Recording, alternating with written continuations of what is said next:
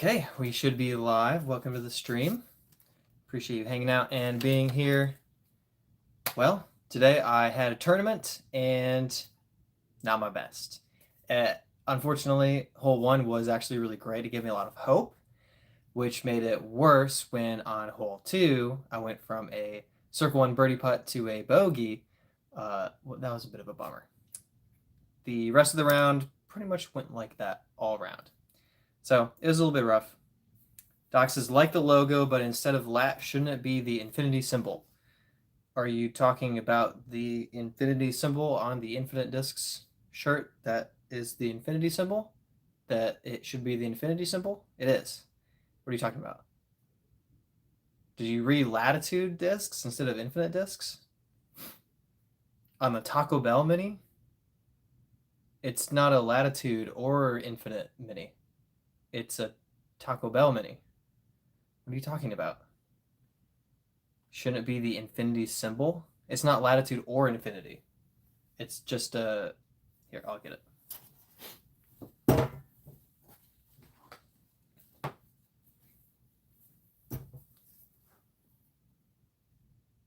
There's no latitude anything. It's just a miniature marker disc with a disc and a bell from Taco Bell. There's nothing infinite or latitude about this. Doc says, Brent is still my hero. Brent had a little bit of a rough finish to the tournament and kind of gave up a little bit.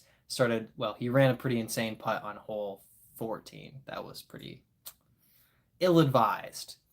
So I beat Brent. But from our start, it seemed like I was going to run away with it, and we actually kept it close for the most of the tournament between Brent and me. But we were both competing for how bad can we play, pretty much. The kind of circle on the Taco Bell, doesn't it look like a lat symbol to anyone? The kind of circle on the... You mean the disc? You're talking about this. You think that is latitude just because it's a disc? Okay, this is... We'll settle this.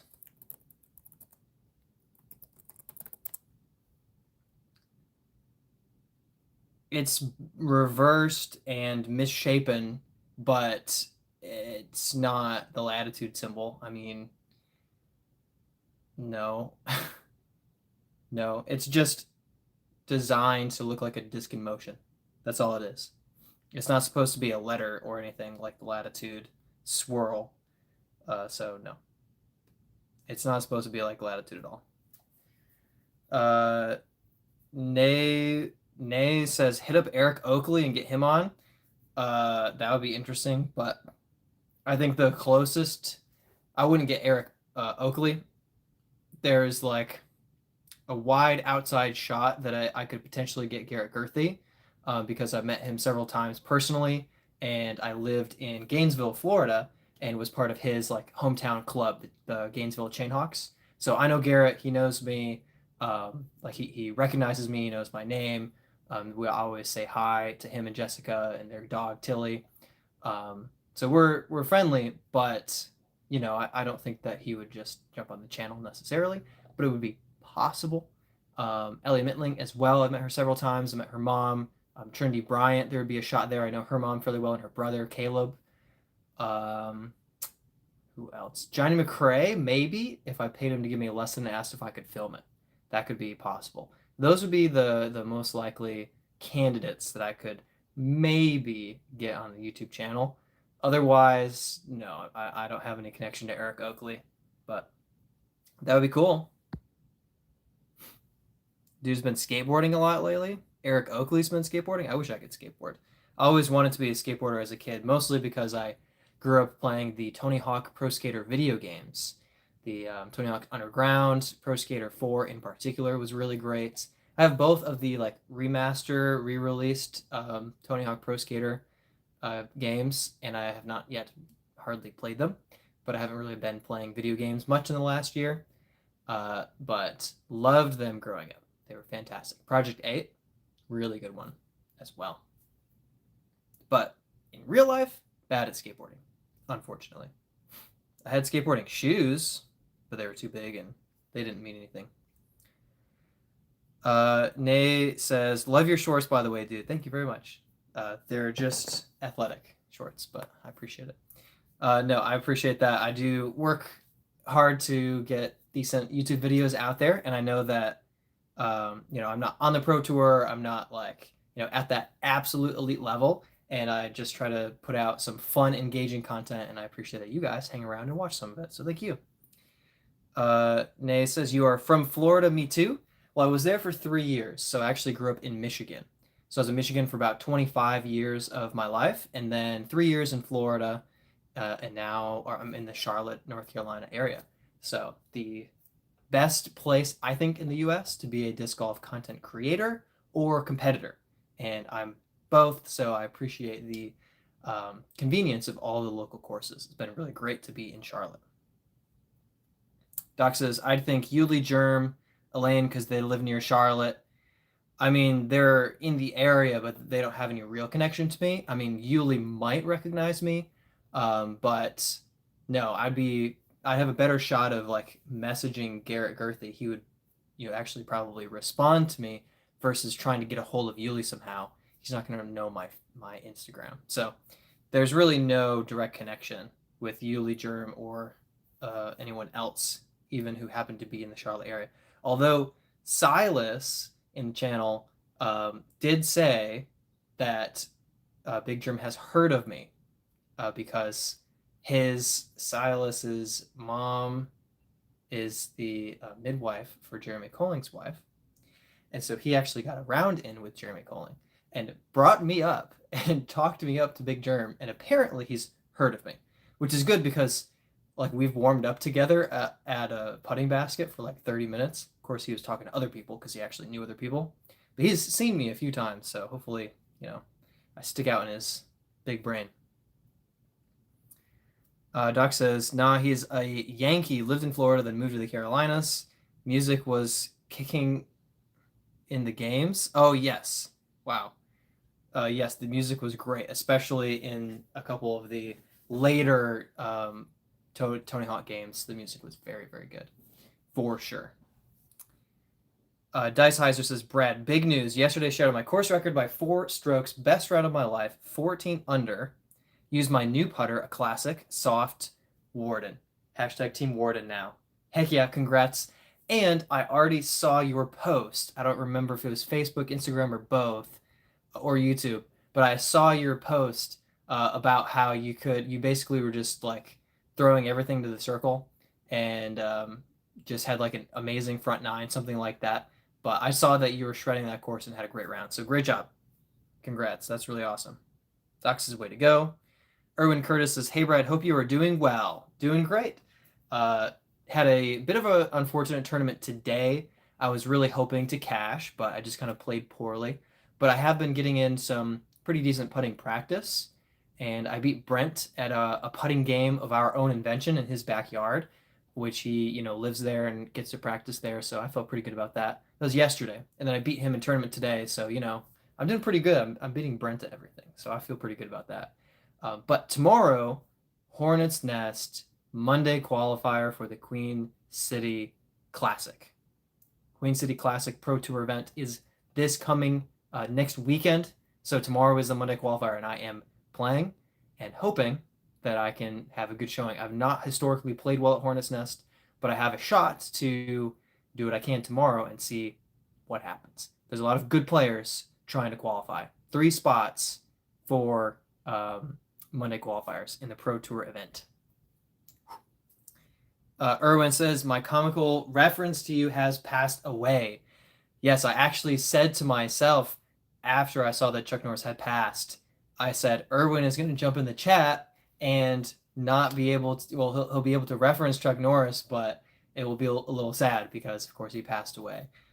Definitely an iconic person, and there have already been a lot of great, new Chuck Norris jokes about but about the fact that he has actually passed away, that he has died now.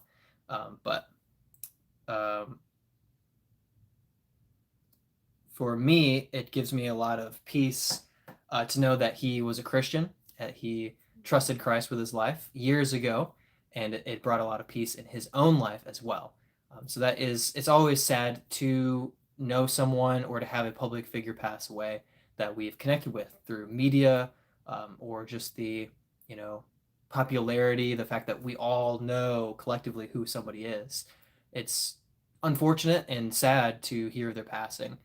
But for me and others who are Christians, it's such a relief to know that we'll see them again and that they're with God. So definitely sad, but definitely a lot of hope for someone with my point of view, my perspective.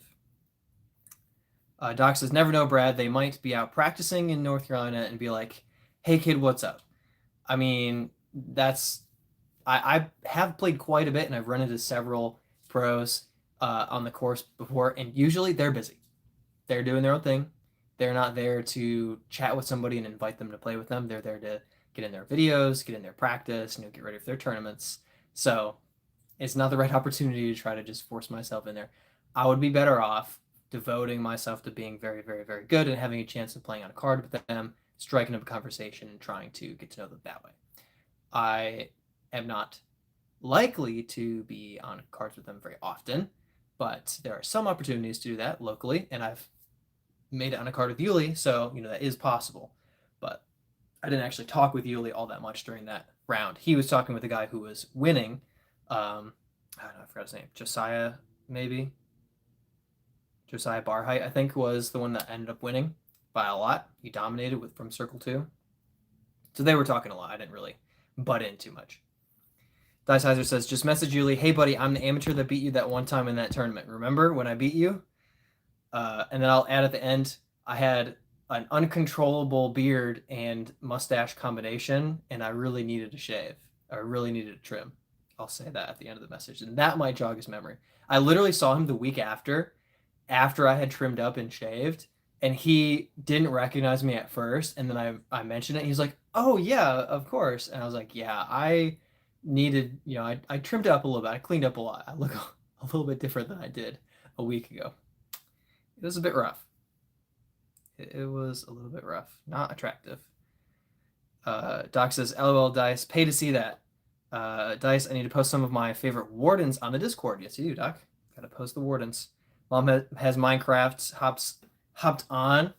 Goodness gracious. With a strong arm and fire emoji. Thank you for the support. Erwin Curtis says, good luck, Brad. Thank you. Thank you. Hopefully things go well tomorrow with my qualifier. But there are like 40 people signed up and only 3 spots. And I only played with 11 people today, and I was in 8th or 7th place. It was not good. So I better play better tomorrow against a higher quality level of talent field than I did today. That's all I'm saying. I have to actually make my putts. Dice says I should check out this Discord thing the kids are playing. Yes, I feel you there. It's a Discord is still weird to me, but it's nice. It's convenient. I do my best. Doc says Brent need an elevator pitch to get them to do a 5-second hey birdie time peeps, I'm blank, and it's nice to see you, or something like that. What about Brent? I'm sorry. You're saying that Brent needs to get an elevator pitch to the pros to get them to say something for me? I'm a little bit confused about your roundabout way of going about things. Dice says, he'll say, oh, you're that homeless guy that beat me. You clean up nice. Yeah, he might think that. That was probably the most out of control that I haven't had the beard for that long, just over a year and a half almost now. And I only had grown it out a handful of times in the past. So it was the first time that I had just let it grow, done nothing to it, and then finally needed to kind of trim it up and figure out what it was supposed to look like. And it's the worst that it's ever been. But I at least didn't shave the mustache and go full Amish, because that was a tough time. That was a brutal couple of weeks.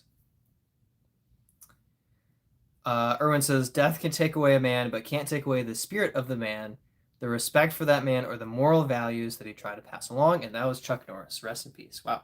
Yeah, definitely left a legacy. He definitely left a legacy. And I think that legacy was one of faith, and as well in his portrayals. He left a legend of fun and entertainment and comedy and aspiration. And of course, with like Walker Texas Ranger, he said that it was very important that every episode had a moral message to it. Then the work that he did with training people in his own form of martial arts, like he just made quite an impact on the world. And I mean, he's a cultural icon and reference that comes up in everyday conversation. But the legacy that he leaves uh, behind definitely goes beyond just the entertainment factor as well, which is very, very beautiful thing. Vendetta Avenger says, "Do you like frisbees?" Frisbees are okay, but disc golf discs I very much like. So yes, the answer is yes, but mainly for the sport of disc golf, not just for playing catch or even ultimate frisbee, which I used to really like. But that is for young people, not people who creak and groan every time they stand up from a chair. So I switched from ultimate frisbee to disc golf, and my body handles it much better. Not perfectly, but much better. Doc says, no vendetta. He hates them, keeps trying to throw them away. Yes. I just keep walking after him every time. Doc says, not Brent. I meant Brad. Sorry, it's been a day. Yes, it has been a day. Most days are like that. But I understand. You're saying I need an elevator pitch to get somebody to shout out my channel. Yeah, maybe. I think, I don't know. I think I like authentic endorsements, not in passing quick phrases that are kind of empty. If they don't actually know me, then they don't actually know that they're shouting out my audience or that they're endorsing me in any way. Anyway, I don't know. Like I said, there are a few pro players. Like even Sullivan Tipton recognizes me because we played on a car together and talked a lot a couple of years ago at the Eagles Wings. And every time I see him, I say hi, and I don't know that he probably doesn't know my name, but he says, "Oh, hey, it's great to see you. How have you been? When did did you get here? Today or yesterday for the weekend? Have you been watching the whole event?" So it's really nice to like catch him, and he would be more likely than just a pro that I run into and say, "Big Germ, I have a YouTube channel. Can you say shout out Birdie Time members?" I just feel like actually having a connection, it would be more meaningful. Doc says, not bad, just a day. Okay. That's good. Just a long day, I'm guessing. Dice says, Doc, yes, I do. Thank you for asking. Oh gosh, I'll just skip that. Doc says, wait, our Brad is the Brad in those stories, seeing him in a new light? Oh no. Okay.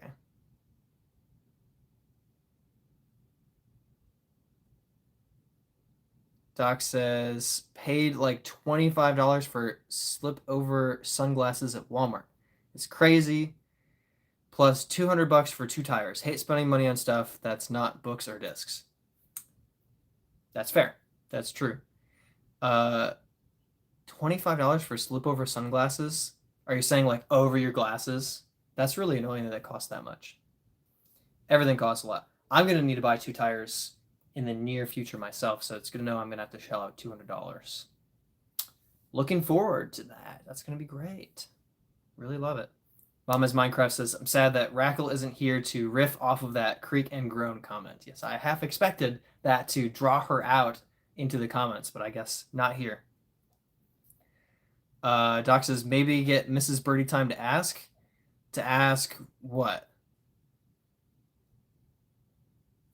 Oh, to ask the pros? Gosh, I'm trying to follow this thought process. She'd probably be more persuasive than me, yes. But even so, again, I think that personal connection is more meaningful. But I'm sure that they would be more likely to say yes to her than to me. Absolutely. Dice says tires are insane these days. I think 4 of mine were over 500. I do not want to. I'm not happy to hear this, guys. I don't like this news. I want better news about tire prices right now. Thank you. I would love to hear. Wow, tires are so cheap right now. It's a great time to buy tires. That's what I want to hear. That's what I want to hear. Doc says over glasses. Yeah, I remember getting them for $5 in the old days. Yeah, but that's back when $5 would buy you like 2 weeks worth of food. So that was a while ago. Dice says, ordered a Victory Edition Hallex in honor of the greatest disc golfer of all time, Ricky. I'm wondering if he will likely, if it will likely replace my Firebird or my Vanguard, or maybe it won't make the bag at all. I have not tried the Hallex at all, but I'm very interested to hear how that goes. And I have a question for you, Dice. And this is not a loaded question. This is an authentic question. What is your perspective of what happened at the Big Easy Open with Ricky? Do you feel like...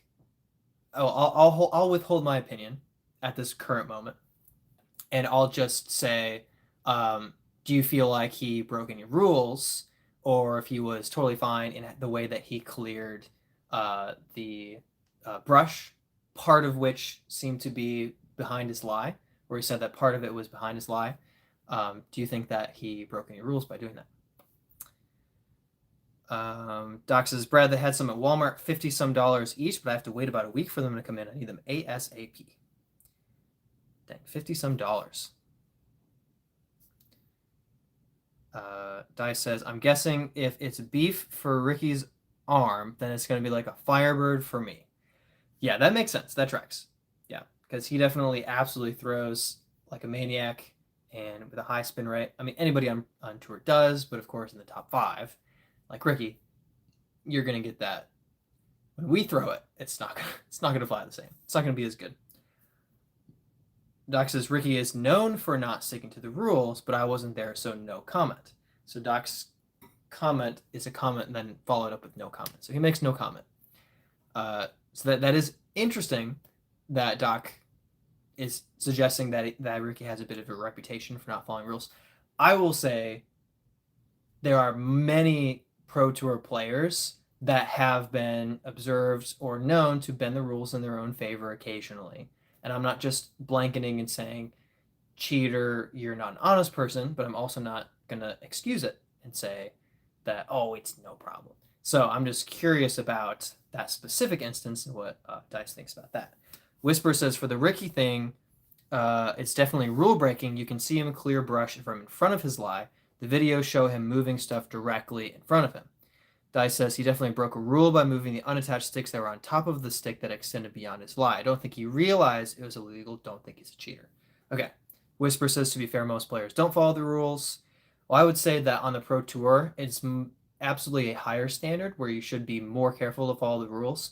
And of course, on the Pro Tour, you're on camera, and overwhelmingly the pros are following the rules. So it was an unusual circumstance where he seemed to act outside the rules with just impunity. Like he just did it. And it was like, whoa, you can't do that. Now, to be fair in the direction of understanding toward Ricky, you are allowed to, if you have a 10-foot stick and 4 inches of that stick are behind your lie, you can move the whole stick.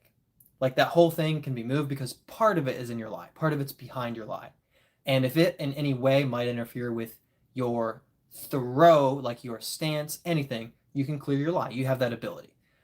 But the problem comes when if there's a stick that extends back to be behind your lie and then other things around that stick, you can't just move everything.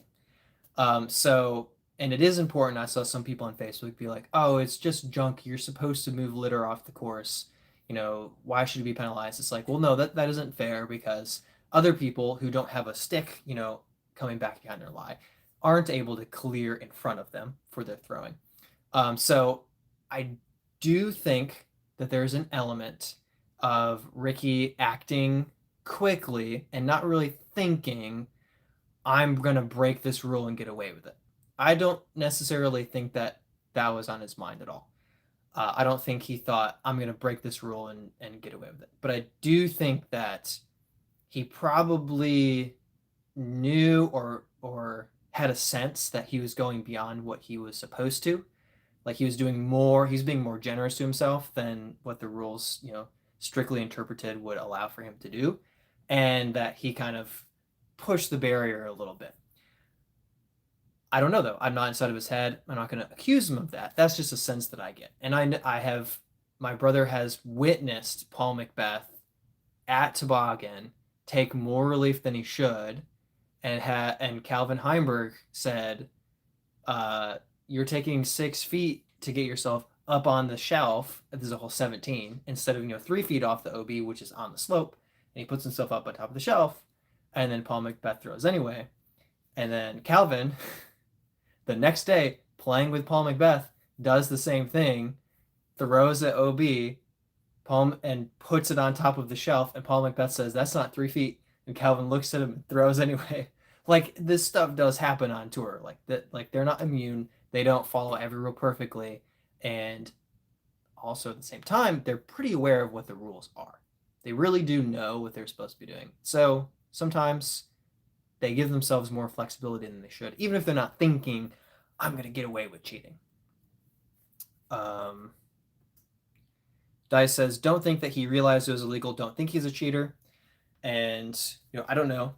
I think that he didn't let himself think about it too much. But again, that's just an assumption. I don't think it was a blatant attempt to get away with cheating as much as, he probably knew he was bending the rules a little bit. Doc says, "The pig gate." Okay, if I have to pick, it looks like he definitely broke the rule. Okay, so that's Doc's perspective. And Dice says, "Also not his fault that he wasn't penalized." That's true. That's on his card in Jeff Spring, and I'll absolutely agree to that. If he does something that isn't observed by enough people or called by anybody on the card, that responsibility doesn't fall on him.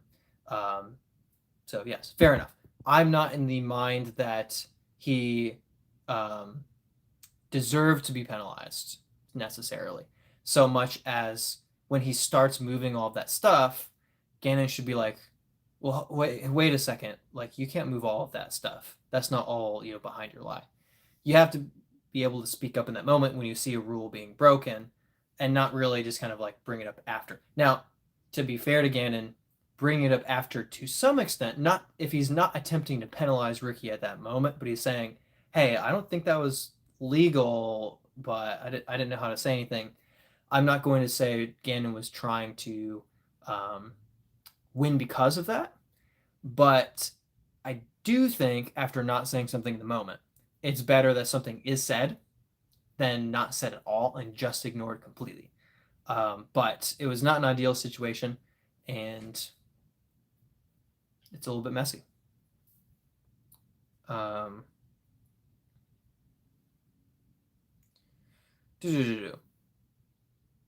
Whisper says, "Usually it's not anything crazy like moving stuff you aren't allowed to. Generally, it's folks like Gannon and Nico take too long. The time violations are a problem, and it's hard because they know they do it, but when they're doing it in the moment, you don't know. Like, when you don't know if it's been 34 seconds or 28 seconds when you're in the moment. So it's hard when it's not as watched, it's not as measured as many other things.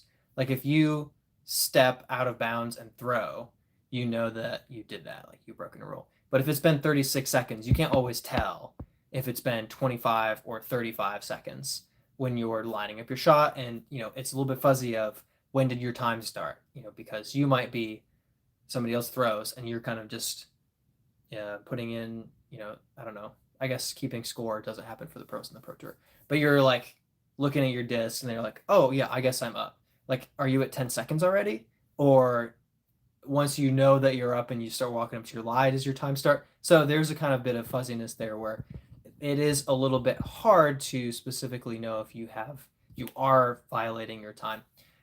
Gannon does it though too long. Like, he's not just going 36 seconds, 35 seconds. He's going like a minute. Like, it's over time by a lot. Anyway, that's true.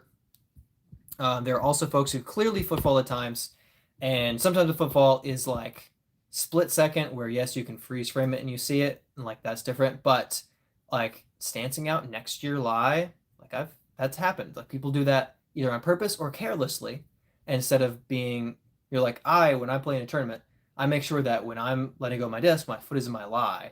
And that's really important. And that means it's a harder shot because I'm focused on two things: hitting my line and getting my foot in the right place. So if you can casually not care about where your foot goes, that gives you an unfair advantage because you don't have to actually put your foot in your lie when you throw.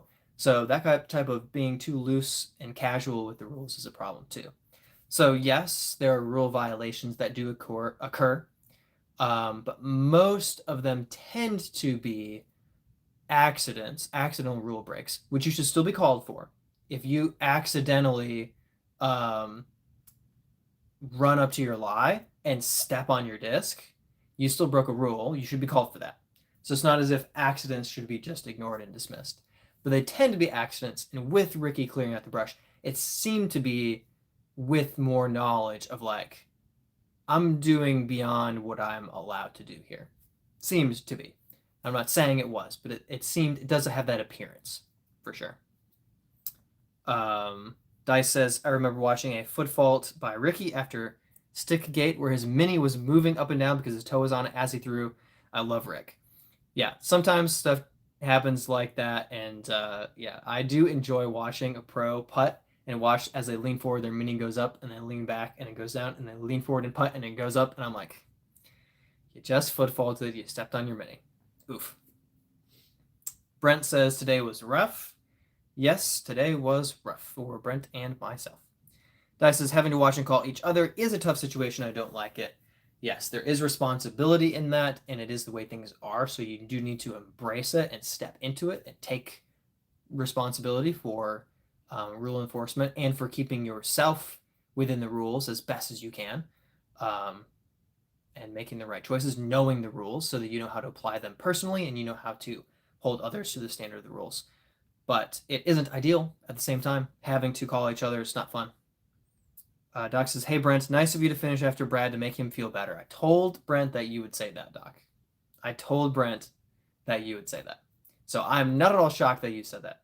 That is the first thing I said when Brent said, you can brag to everybody on the live stream that you beat me. And I said, well, Doc will just say that you let me win, and it was so nice of you. Doc says, hi, Doc. I definitely agree. Whisper says, truth about the responsibility thing. It's on the card to watch, or it's a courtesy warning. Yes. It still is unfortunate because when you have somebody kick off the woods to the woods of the left and somebody kick off into the woods on the right, and you're thinking pace of play, so they both go to their lives to figure out their throw. Not everybody should always group up and go to watch somebody throw and then group up and go to the other lie to watch them throw. So it's like, yes, but you can't practically always, all of you, watch everything. So it is difficult to expect all the pros to see everything. So I'm not surprised that Gannon was the only one to be watching Ricky in that moment. But that is how the rules are. So there is some responsibility there. But yes, it is tricky to properly enforce the rules on your card when you're competing with the people and you want to not be a jerk. You don't want to just call somebody so that they're like mad at you and they're going to call you on everything that they imagine that you might be doing. It's like you don't want that situation. But at least on the Pro Tour, you should be able to expect that your competitor can handle being called out for breaking a rule and handle it like a professional. Not everybody will in every moment, because Nicola Castro does exist still, but for the most part, you can expect that from people at that level. Doc said, how did it go having Brad help you? Brent said, it's been good. Brad knows how to paint, thankfully. It's true. Doc says, really? Brad on the screen right now? Yes, it's true. I know how to paint. So I was helpful. I also helped Brent. Brent has been putting together some bookshelves. I don't want to spoil anything, but basically bookshelves with a moving, I'm just going to spoil it, with a moving door. And he had most of the idea in place, but I helped workshop the idea and talk through the math of the door opening with the shelves next to each other and kind of replan it a little bit so that the swinging open could actually happen physically in real life. So I do claim partial credit for the ideation involved in that. But definitely Brent was the mastermind, getting that together and building the actual bookshelves. But I was helpful with a lot of painting for sure. So we got some of the painting in together. Doc says, Shark Tank idea, mini with a stopwatch on it. Nah, I won't even comment on that. Brent says, yes, that's all though. It's not all. I also helped set up both of your table saws that you purchased and made sure that they were safe to use because they were not perfectly set up to be safe to use initially. Dox is still impressed. Great. Dice says, I also love Gannon and Ricky's relationship, how they give each other a hard time. It's fun. They're both good guys. Gannon clutched up and Ricky fell apart. I ordered DGN for the final. Wow, nice. Yeah, there's definitely a good element to where it doesn't seem like they're bitter toward each other, which, obviously you want a rivalry, but I don't want them to actually dislike each other or hate each other. They want to win. They want to be competitive. They want to be the best, but they don't, have a lack of respect for the other person and competitor. That is the way that you want to see it. Doc says disc golf needs a little drama. Let me rephrase that. Low-key drama. Definitely low-key drama keeps things fun and interesting. Dice says agreed, makes things 10 times more entertaining, and save the real drama for your mama. Okay, cool. Doc says why Paul and Ricky quit hanging out together like the old-time wrestlers. Bret Hart, Michaels. I don't know these names. I'm not that old. Dice says, but bro, the putt on 17 by Gannon, then the putt on 18 by Ricky to force a playoff. Best tournament I've seen in my disc golf life since it started back in the summer of 23. Yeah, let's see. I'm trying to think of a finish that was better. Not to outdo you, but like to think of one myself. And I didn't actually watch the entirety. I saw what happened, so I know what happened, but I didn't actually watch the entirety of the final round. I've been so busy traveling all over the place. But I know that there's a couple of great finishes in the last couple of years. I'm trying to think of which one really stands out, but I'm thinking of the one where Simon Lizotte was set to win Portland and then threw out of bounds, or maybe Kyle Klein was set to win. I'm trying to remember now. Dang. There have been some crazy finishes. A couple of Adam Hammes and Goose finishes that were nuts in the last couple of years with some crazy putts to force a playoff or a win. And Goose, unfortunately, not making the putt, as has happened. Docs, and then of course, there's the holy shot. But I get what you're saying, starting watching in 23. About the same for me. I didn't watch in 21, so I didn't see when that happened. My brother actually watched it, and we were with my parents. We were traveling, visiting my parents in Michigan, so he actually was watching it next to me, and I got his real reaction to it happening like that weekend when it happened. I don't know if he's watching live or just Joe Mess coverage, but that was pretty interesting. I didn't really understand at the time because I didn't start playing until the next year. Actually, the next year. Yeah, the next year. But anyway, I get what you're saying for your disc golf viewership life for watching stuff live, or at least the weekend that happened. Doc says, Dice, I did Paul for my fantasy. It's a long shot, but us old guys got to stick together. Paul's not a bad choice. It just kind of depends on where you're going. And if you pick Paul every time, then probably statistically you're not going to get as many points. But the guy's probably going to win or take top 3 a couple of times throughout the year. So when do you pick him? At what point is it the right choice to pick Paul McBeth? It's hard to make that call. And that's where luck comes in. I did not make great picks. I was in the bottom half, but at least I beat Doc, just barely. Di says, amen. Doc says, knowing what Brent says next makes Brad talking right now all the funnier. Yeah, well, that's part of being behind in the chat. I'm glad you get to enjoy that. Zach says hi. Thanks for hopping on, Zach. Doc says, Brent, do you have these safety saws? Seen those on YouTube. They look cool. Stop if they touch skin. No, he doesn't have anything that expensive. I was there. Doc says, the holy shot. Simon threw out of bounds to win because he gave him an easier shot. I'm not thinking of D-Glow. I'm thinking of Portland, I'm pretty sure. And it might not have even been Simon, or maybe Simon won. I'm trying to remember. But, I mean, oh gosh. What is his name? Dang.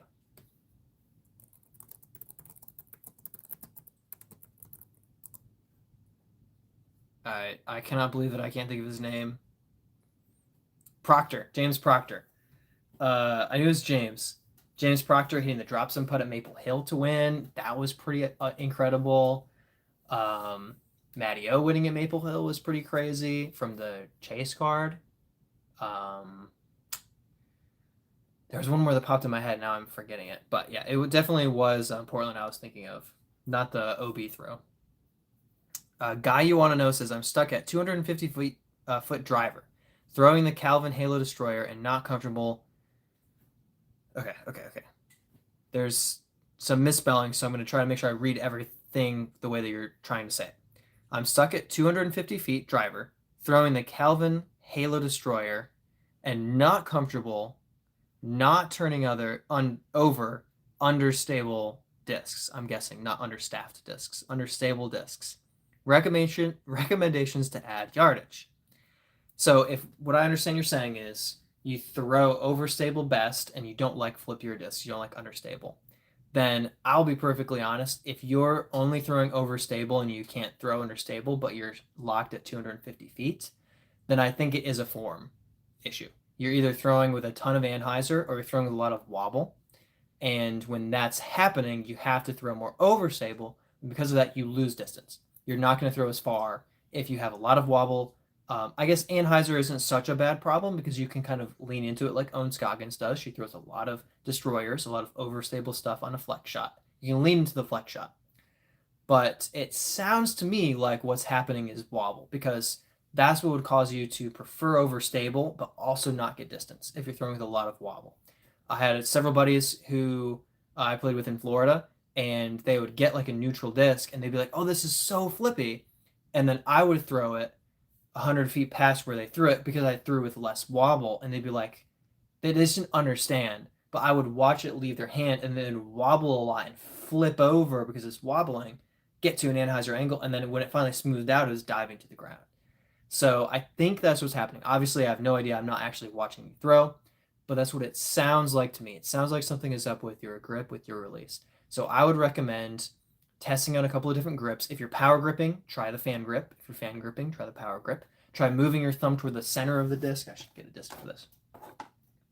So I fan grip everything for control and for limited wobble. But if you are doing that, try power grip. Try throwing with your thumb near the edge of the disc or toward the center of the disc. That's helped a couple of friends of mine. They move their thumb to the center of the disc, and all of a sudden, they're throwing flat, smooth shots. You could also be throwing with a forehand, which of course changes things. I don't have much forehand advice, but it's easy to throw very wobbly forehands and need to throw overstable discs to compensate for that.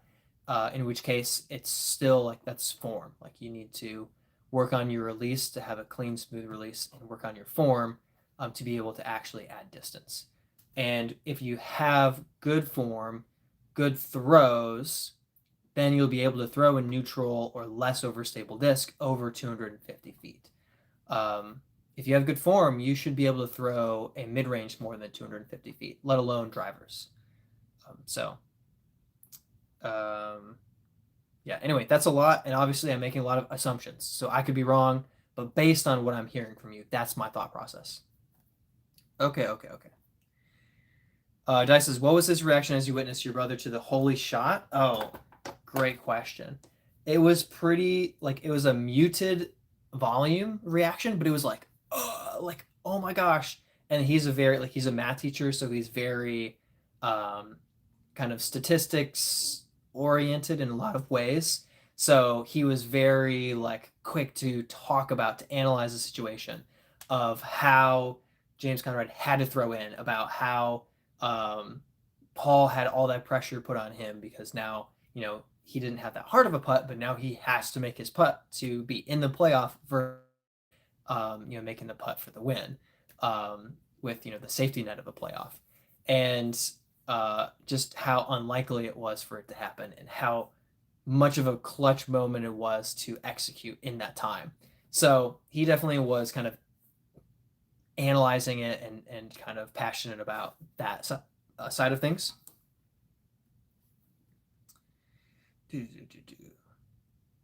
Doc says maybe a lower speed disc guy. Throwing lower speeds might also help. That's a good point. Zach says just bought a Dyna. A Dyna? I don't know what that is. Doc says, sorry, Brad, it was the only recent Simon thing I remember. No problem. I think because that was no, it wasn't last Eagle, it was the one before, I think, and they changed it. This is before that. This is a couple of years ago now. I think 2023 or 2022. 2023 probably. It's when I watched every Pro Tour event every week. Heisnerbaum Jr. says, hello, thanks for hopping on. Doc says, join the Discord. Oh, yeah. Guy, join the Discord and send in a video of yourself throwing. Yes. If you would like let me rephrase.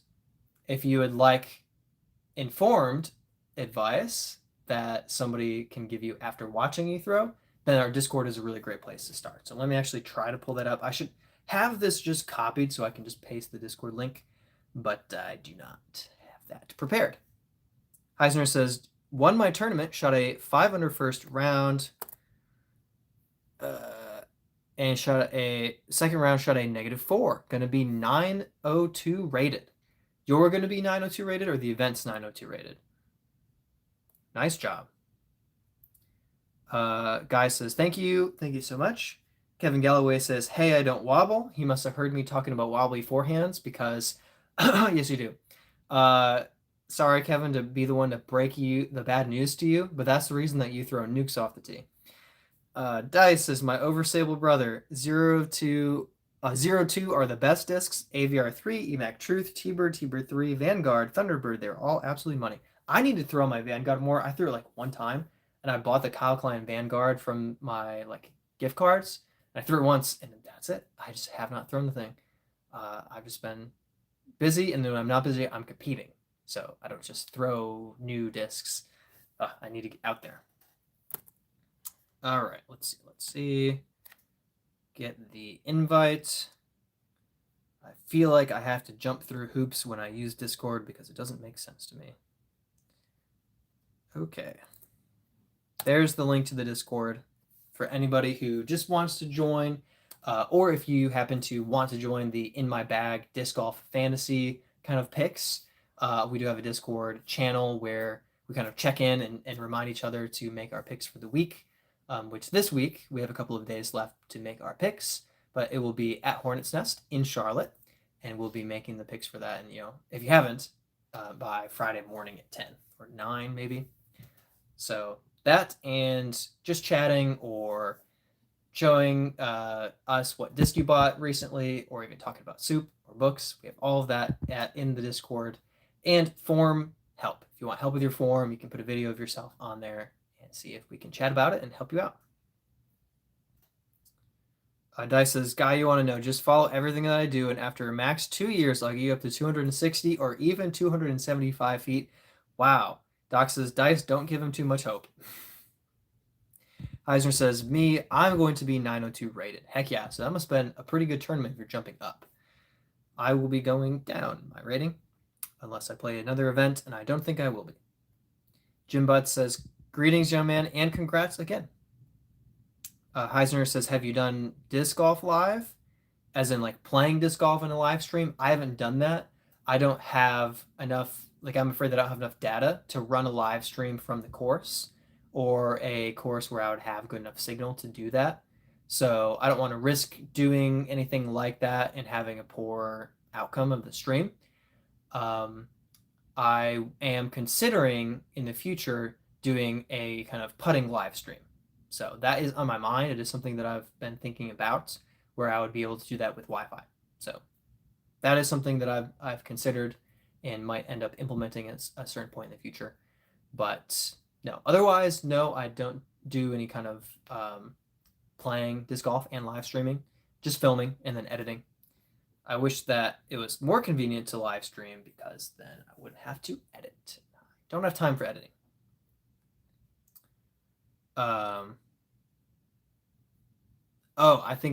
Thank you, Doc. I think he meant disc of the day, disc of the stream, random disc of the stream. Yeah, you're probably right. Yeah, because he said disc of live, and I thought you said disc golf live, and it auto-corrected. But yeah, I will wait a minute to see if Dujit can hop on before I do random disc of the stream. But thank you for reminding me. I won't forget.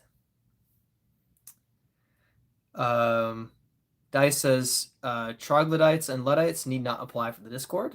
That is correct, but they also don't even know about it because I said it on the internet. So no worries. Zach says, just bought a dynamic disc golf trooper bag and it came with a towel marker and 3 discs. Now I have 18. Heck yeah, there you go. That's how to add to your collection. Kevin says, did you and your caddy have any disagreements on what disc to throw during your tournament today? Specifically, no, but I could sense mentally this thought that you're throwing the wrong disc, and I did it anyway, and I did not birdie, so that's on me. Doc says, I'm a Luddite, hurtful. And Dice says, me too. Hey, Silas is hopping on. Sarah Coward says, hi, everyone. Silas shouted you out a while ago because Doc was trying to convince me to get Yuli or Big Germ on my channel. And I was like, they might recognize me, but I don't have a personal connection with them. And I talked you up for playing with Big Germ and talking about me. So thank you for that, by the way. You're a legend. Silas says, just so you know, I watch all your videos, but I usually forget to comment on them. That's okay. I totally understand, and I appreciate you watching all the videos. Also, not every video is like good for commenting, and that's coming from the person who posts those videos. Like some of the videos that I post, I think, what would I even leave a comment on my video? And sometimes I'm like, no, I wouldn't necessarily. So I appreciate all the comments I get, but occasionally, I feel like a great video should get, some comments because it's fun, it's interesting, people have their own opinions or memories or whatever that they want to talk about. And then other videos, I'm like, I get that, nobody really commented in this video because it was just not that unique. Like it was just a birdie of the day. So not everything needs a comment. That's fine. Save your comments for the right time. Dice says, Dice Heiser on his smartphone or laptop says, we don't need those fancy electricality devices. Caleb Davies says, have you thrown the sled? I have not thrown the sled. I have not had a friend get their hands on it. I have not allocated financial resources in that direction. No, I'm saving money. So no, I did not buy the sled. But maybe in the near future, I will get my hands on one because I am finally starting to get my infinite disc gift cards based on successful YouTube shorts. And I just finally got my first one. And I'm going to start by investing in more jerseys so I can rep Infinite better and also not have to rewear jerseys as many times in a row to get through a tournament weekend. But I also want to just have a couple more colors and then a couple of backups. I did, however, I forgot about this. I did get 3 prototype discs. Infinite is running 3, what do you call? They're prototypes that they're testing out, and one of them will be a released disc. So I'm one of the test audience as an Infinite sponsored player. I will be testing those 3 discs and giving my feedback on them. I will not guarantee you that I post any video about that, but I will at least get a YouTube short of me throwing some of those discs. So watch out for that. But I was pretty excited because I get those for free, so I paid $4 shipping. So I'm very excited to get those soon, probably this coming week, and actually test those 3 discs out and see how they fly. But no, I have not gotten my hands on the sled. Hopefully in the future I'll have enough gift cards to snag new discs when they come out. Comedy Mickey says, hello from Bosnia. It's Bosnian. Is Bosnia? Just misspelled by the person who's from the country. I don't know. I have no idea. Doc says, at Zach, if you like Dynamic, have you tried a Trilogy Challenge? Great way to try a tournament. I don't think that Zach has played any tournaments. Maybe not yet. Heisner says, bought 2 discs for my tournament, the sled and the cap wrap. Those are good choices. Those are great. Cap wrap will probably serve you very well. It's a really nice overstable disc. So reliable. So nice. Silas said, played 5 baseball games today and won the championship of the week. Woo! Heck yeah. Congrats. I played 1 disc golf tournament. I had a headache afterwards, and I wanted a nap. Chuck said, preach it, the post Taco Bell. Yes. There was some Consolation Taco Bell after my round. it was definitely a round that could have been. And like I think the winner was 9 down, and I won't say that I should have gone 9 down. I should have gone 7 down. With my rate of getting to the circle and the way that I normally putt, I should have gone 7 down. So I'm bummed, but it happens. Silas says, "Hi everyone. I know you said hi, so I'm saying hi back." Dice says, "Hola." Chuck says, "What is the name of the course you post a lot making ace runs across the water where there's a wooden wall and the basket is right behind that?" That is Scrapyard. It's my home course. So it's 8 minutes away. That is Idlewild Park, Scrapyard. And that's hole 8. And then hole 9 after it is also across the water, but it's a longer water carry, more like 280 feet instead of 180. And that is it's the next hole. But then you're throwing onto a kind of ridge, and behind the basket is a downhill. That's a tough hole to birdie or ace run. But yeah, that is Scrapyard, and that is in Matthews, North Carolina, just outside of Charlotte, or basically, in Charlotte, in the Charlotte area. So yeah, that's a very close by course. So I've played over 100 times, and I've only lived in Charlotte for a year. So I go there a lot. I've gone there a lot.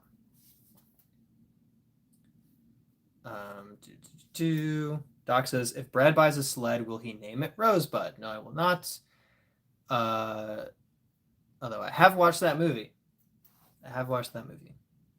Rosebud.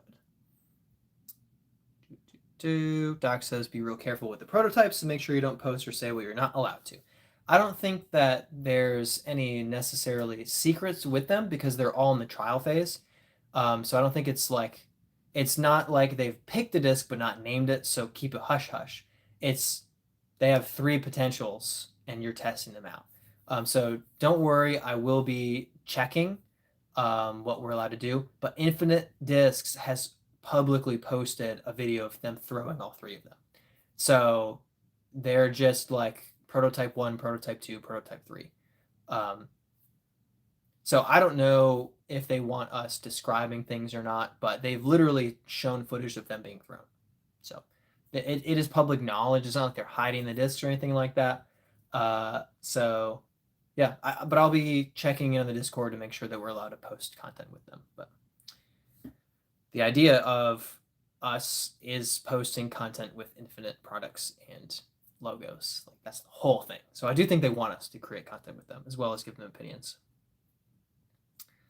John says, "Opinion on a Rive. I bag a Rive. I have the Project Grip Rive. Now I think that is a little less overstable. It's got a little more of a forward push, but when the fade does kick in, it really swings. So I definitely have the Rive in the bag. It's a very useful disc, perfect for headwinds. So it's kind of my overstable driver. So Rive is fantastic. I love it. But yeah, specifically the Project Grip plastic, I love. I have a backup. I happen to grab 2 of them, so I have a. Oh wait, no, I give that to Kyle. Dang. Shouldn't have done that. That was a mistake. Swing and a miss. Silas says you should make a video of you throwing different objects to see which one flies better. I've thought about that. I know that Jasper Till has done that. I think Jasper Till is who it is. Throwing like pizza pans and tortillas and stuff like that. I also have thought about throwing discs at objects to watch them get destroyed, like watermelons and glass and stuff like that. But I have tended to lean a little bit away from that level of creative and unique content, and I try to keep to my brand, my theme, which is the birdie of the day and then random moments. But I don't know. I don't have to always keep it to the course, but I kind of lean in that direction. Is one of the test discs the Terminator? Don't think so. Dice says, "I'm not on a laptop or phone. My servant is reading me everything going on, and I'm telling him how to reply. Is this not the common way of YouTubing?" Anyway, into the shower we go. Great, we're going to get live from the shower updates from Dice. And that is called a technological amanuensis. If you don't know what the word amanuensis means, it's essentially where you have somebody else do the writing for you, but you dictate what you want them to say. This is usually when like individual literacy and writing rates were pretty low, and you would have somebody who's qualified to be a scribe, to be the person that writes for you, like their job is writing. particularly when you want to be careful not to ruin the scrolls that you're working on, stuff like that. So that is interesting that you have an amanuensis. I love that. Comedy says middle of Europe, Bosnian. Yes.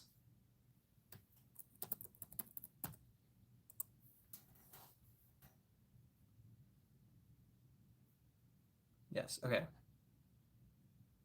Wikipedia says Bosnia and Herzegovina. I know I butchered that. Absolutely. And I fully acknowledge that I did. So I didn't realize that calling them labeling both of them together as a unit was Bosnian. Guess I'm learning something. Doc says, cool dice, I have a Chromebook, so yeah, not a tech guy. Dice says, this Chromebook fella seems like a faithful servant. Chuck says, Scrapyard, awesome, man, thank you. Hole 8, yes, Hole 8 at Scrapyard. So if you ever come to Charlotte, destination, or if you live near the area, Scrapyard, Hole 8, that's where it's at. Doc says, hey, I hate worrying about running out of memory or doing updates. That is annoying. Chuck says, I want to make a trip to play that course. Yeah, there's a lot of great ones. I mean, there's just dozens of great courses. If you want the Pro Tour level, you play Hornets Nest or Nevin. If you just want fun, you play Bailey or, well, they took Blair Mill out. They redesigned Blair Mill. What I like to say is they ruined Blair Mill. But there are several other good, like, easier pitch and putt style, like, dang it, it's not Dry Creek, Crooked Creek, yeah, Crooked Creek is a very easy one with some easy par fours, stuff like that. Then there's Eastway, which is really good. Okay, Eager Beaver is pretty easy. Angry, very difficult. Bradford's very good. There are just so many good options in the area. Reedy, Kilbourne, and of course Scrapyard. So yeah, make sure you play Scrapyard if you come here. Heisner says, are you around Ohio? I'm in North Carolina. I grew up in Michigan, so near Ohio, but no, I'm in North Carolina, near Charlotte, in the Charlotte area. So 8 to 10 hours south of Ohio, depending on where you are. Doc says, Chuck, reach out to Brad. He's busy, but he might be able to play a round. Yeah, definitely reach out to me. I do what I can. Heisner says, I have a course in my backyard. The farthest hole is 390 to 420 feet. That's awesome. That is awesome. I had 5 acres when I was in Florida, and I was beginning to start carving out some paths for some disc golf lanes. And I had a basket. I mean, I was throwing from multiple points around the yard, kind of making like a 4-hole course, and I wanted to make it at least 9, but I never fully fulfilled that before having to move. But now that I'm in Charlotte, I have more courses to choose from, so don't need it. But having a course in the yard is awesome. Doc says, I'm glad you don't want to throw random stuff. It's fun videos, but I worry about the baskets. Well, I wouldn't throw baskets that are public. Like I wouldn't throw park baskets with random stuff. Maybe in my own personal basket. I would just throw for like distance and shot shaping. But no, I'm not super interested in it. Doc says, or secretaries back in the day, they wrote in shorthands. Yes, definitely there is that element. I'm kind of talking about the person like physically writing the media itself, the scroll itself, the papyri that they're writing on. But yes, there is certainly a level of similarity with secretaries. But yes. Cheeky says, Birdie Bell mentioned, yes, shout out for the Christmas gift. That was Cheeky himself, and it's a great mini marker. I don't use it for every tournament because sometimes I kind of feel like, if I overuse it, I'll kind of like wear it out, or I risk stepping on it or losing it or breaking it. So I just pull it out occasionally, but today was a good day for it. Also, if it's super windy, I'm a little worried about it. Ryan says, got any frisbees? I actually only have one frisbee. These are all disc golf discs, and I only have one ultimate frisbee disc. So I only have one frisbee, and yeah, so this is my ultimate disc, and I haven't actually played ultimate in a very long time, and every time I throw this now, it's terrible because it's so wildly unstable. But yeah, otherwise, I have about 300 discs in my collection at this point. Heisner says, you don't what? You don't want to do a Ricky Wysocki. I don't know. My brain is not working with what you're saying. You don't want to do a Ricky Wysocki? I don't know what that. I'm not sure. I don't know what that means. Please rephrase and I will read it and answer your question. Jiki says, never thought about stability in normal frisbees. Yes, they're understable. They are not. They're hard to throw far. Once you throw a disc golf disc like a disc, it's really hard to throw a frisbee the same way. You have to throw like poorly if you want a frisbee to go far. Like, it's very strange, very odd. Doc says the Dollar Tree ones are really wild. Yes, they're terrible. Where is Dujit? We need to do a random disc of the stream. He's so late. I don't know. But I am thirsty.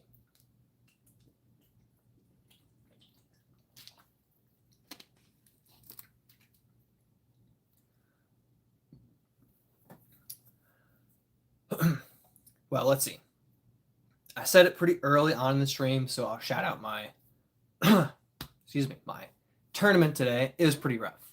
Started with a birdie, and then I got to circle 1 for birdie in hole 2. Over the top, missed the putt back, bogeyed hole 2, bogeyed hole 5, and just struggled the whole time. 4 bogeys, 6 birdies, and I missed 4 or 5 circle 1 putts throughout my round. Just very disappointing.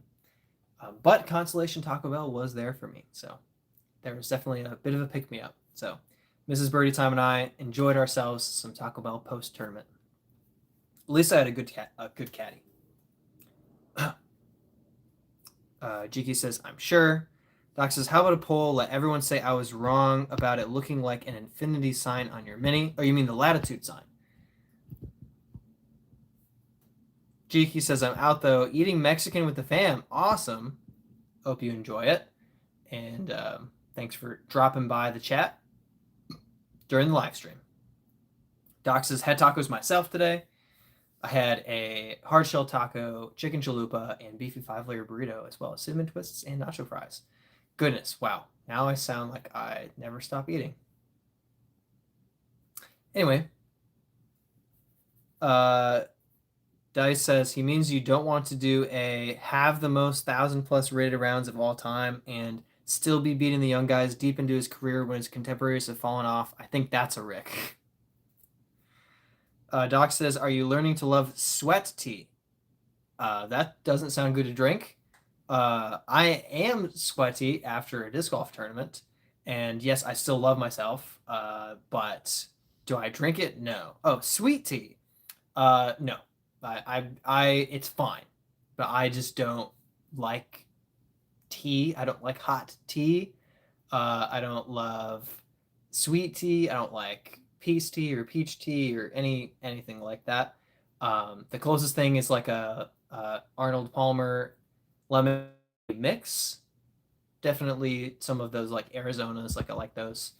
But no, I don't have any interest or desire to like get a sweet tea. No, I'll drink some when other people get it, or it's at church or someone's house. I'll take a few sips, but I just nope, not a taste that I'm in any hurry to acquire. I have had a couple of warm teas made for me that actually tasted really well, especially when I was sick. But overwhelmingly, no, I don't go for tea. Doc says, have you tried the loaded nacho fries? I don't think that I have. I think Mrs. Birdie Time really likes those. Well, she thought they were fine. She's tried them. I have not tried the loaded nacho fries. Heisner says, crab pickles. Doc says, crab pickles? I'm thinking the same thing. That does not sound good. Doc says, I couldn't get over the lettuce on the loaded fries. You hate lettuce?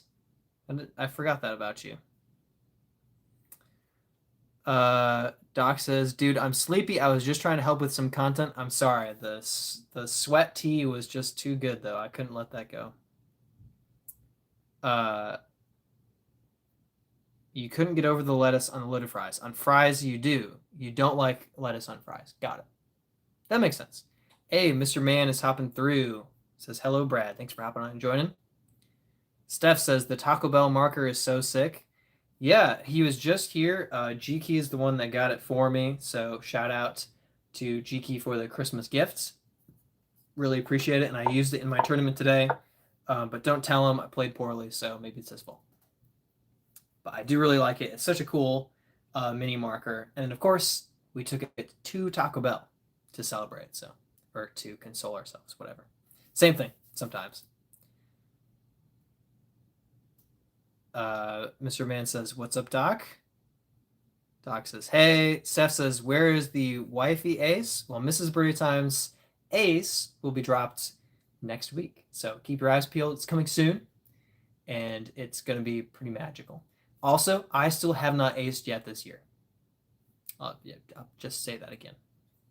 Doc says she's probably at a bookstore. We went to some thrift stores, Goodwill and such, so we definitely looked at books this weekend. But she's not at a bookstore currently. Johnny says, "Hey, Brad. Thanks for hopping on, Johnny. Appreciate you swinging through." Zach React says, "Hi. Thanks for hopping on, guys. Appreciate you being here." Steph says, "The only reason you don't ace is because you have to show off the elite putting." Wow, I like the way that you think. If only my putting was elite today. Today, my putting was awful. I couldn't make anything. Well, I made a great putt on hole 1. So I was like, okay, I think this is, I'm set up for a good tournament. Hole 2, 3 putted, birdogeyed, and basically just cried for the entire rest of the tournament.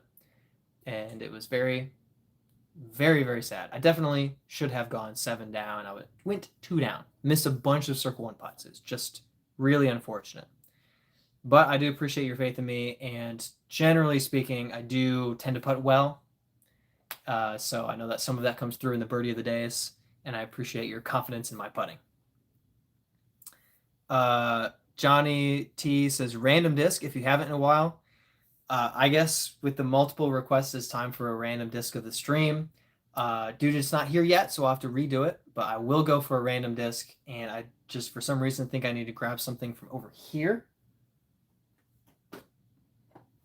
And this is a Halo Destroyer. So I actually got this specific disc from playing in the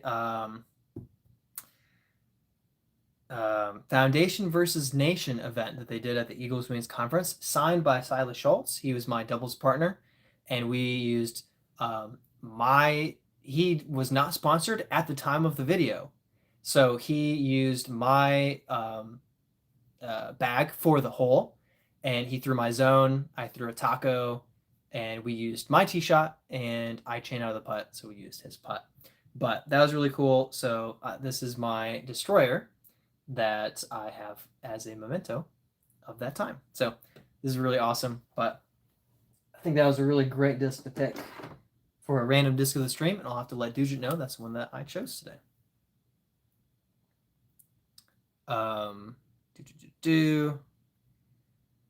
Doc says, "Yeah, I got to quit buying books for a bit, but it's hard. My supplier, the Whatnot guy I buy from, just bought a bookstore that closed 5 years ago." Oh my gosh, that's so cool. That's so awesome. Wow. The you might have to stop buying and then send me a link. Mr. Man says, "That blue tee looks good on you, Brad." Thank you very much. Appreciate it. I do like the infinite discs. They have tons of good ones, but some of the color combos I just don't feel like really, really work for me. But this level of kind of like blue and white combo, I love it. This is my favorite one. I really like the green one as well. I snagged one of those, and I'm excited to stock up on a couple of extras and then branch out and get a couple of different variations of jersey from their store. I'll be getting some infinite disc gift cards soon. I would say that.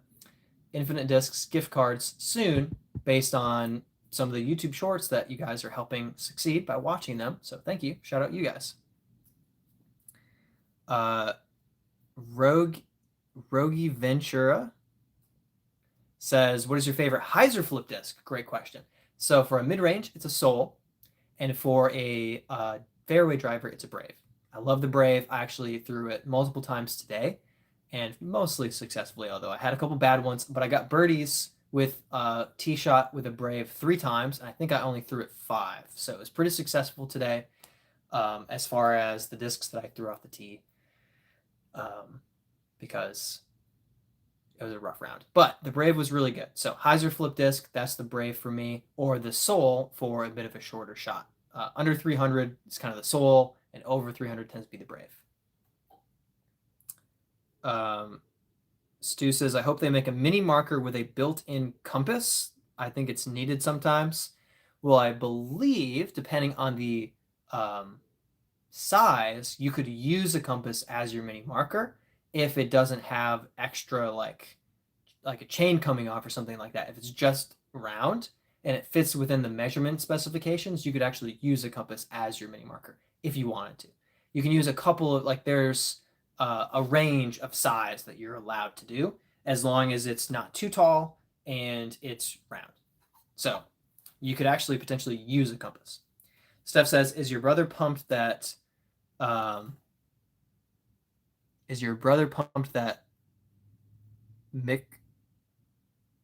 MICST is doing well in the tournament? I don't know what that means. You carried him in that dubs? Oh, I carried Silas. Steph, I don't know what that question is. Pumped that who is doing well in the tournament? I'm sorry. Doc says, is that a fish on the disc? Sorry, I'm way behind in the chat now. So this is a bird carrying a fish. So yes, there's a fish on the disc. Oh. Okay. How far back am I? Foundation versus Nation. Yes, I was only on 1 hole, but I played hole 2. Foundation is a Foundation disc golf store and video content, guys. Yes. Thank you for clarifying. Doc says, yeah, Brad, I got a book. It was plastic wrapped. Googled for fun. It's a $35 to $50 book. Heck yeah. And you paid only $34.99. That's a really good deal. I'm guessing you got it for like $5. Mr. Man says, Doc, I have a feeling you've been hoarding books that you've never read. It's a very interesting, I think that's actually not the case because Doc reads a book and then gets rid of it.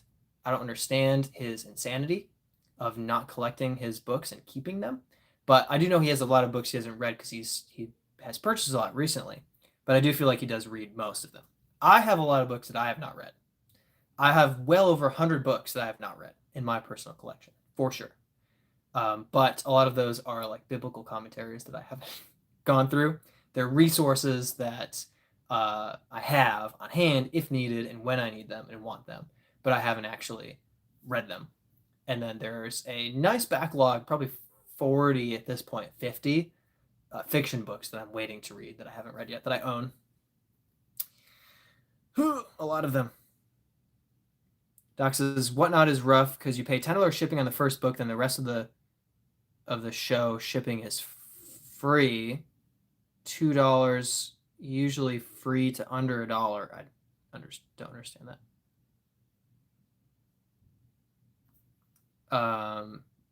Doc says that I never said that I don't hoard books without reading them. Doc says I get so many books for $1 and shipping is free to 70 cents. Interesting.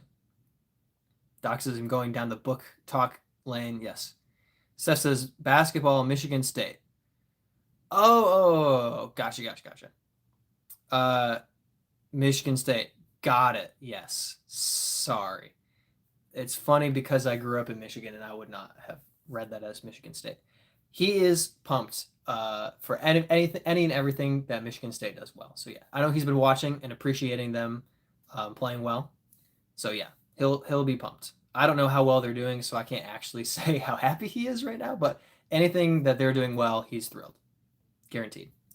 Doc says I paid like five books for the book I was talking about. $5, I'm guessing, is what you're saying. You didn't give them 5 books for 1 book.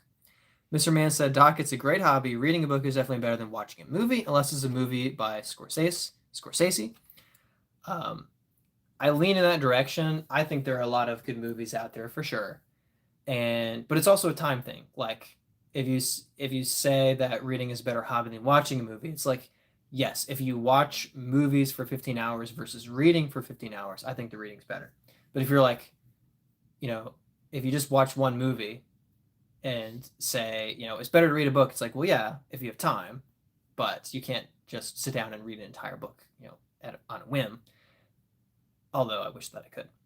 But yes, generally speaking, I think that it tends to be better. But I also think you can do both. Like I've watched a lot of movies that I've really enjoyed, several TV shows that I really like, and I've read tons of books. So I don't have to pick. I don't have to choose what my hobby is. But yes, if I had to pick, I'd probably pick reading over watching. It's just so good. But you can have some of both. You can watch movies. Steph says I read AA books. Yeah, definitely some inspiration and encouragement from some good books. Doc says, I have several hundred books now to read. Okay. So you do have a stockpile. Mr. Man is right. Doc says, only book that I liked the movie more was Jurassic Park. Jurassic Park. Got it. Yeah, let's see. Haven't read the movie, but I can imagine that being the case. I imagine that there are a handful of like really good movies, and this is not to talk down the book, but maybe the movie outpaces the book in terms of some level of quality, like The Martian or Project Hail Mary. I haven't read the books. I haven't watched Project Hail Mary. I'm just saying as an example. I think you can see them exceeding the source material in terms of quality, potentially. I'm not saying they did. And I'm sure the books are actually very good. I have not read either of them yet, but I do have Project Hail Mary, and I do need to read that. Mr. Mann says he didn't know Jurassic Park was from a book. Stephen King? I don't think Stephen King wrote Jurassic Park, if that's what you're asking. I have not read any Stephen King books, personally. Not a one.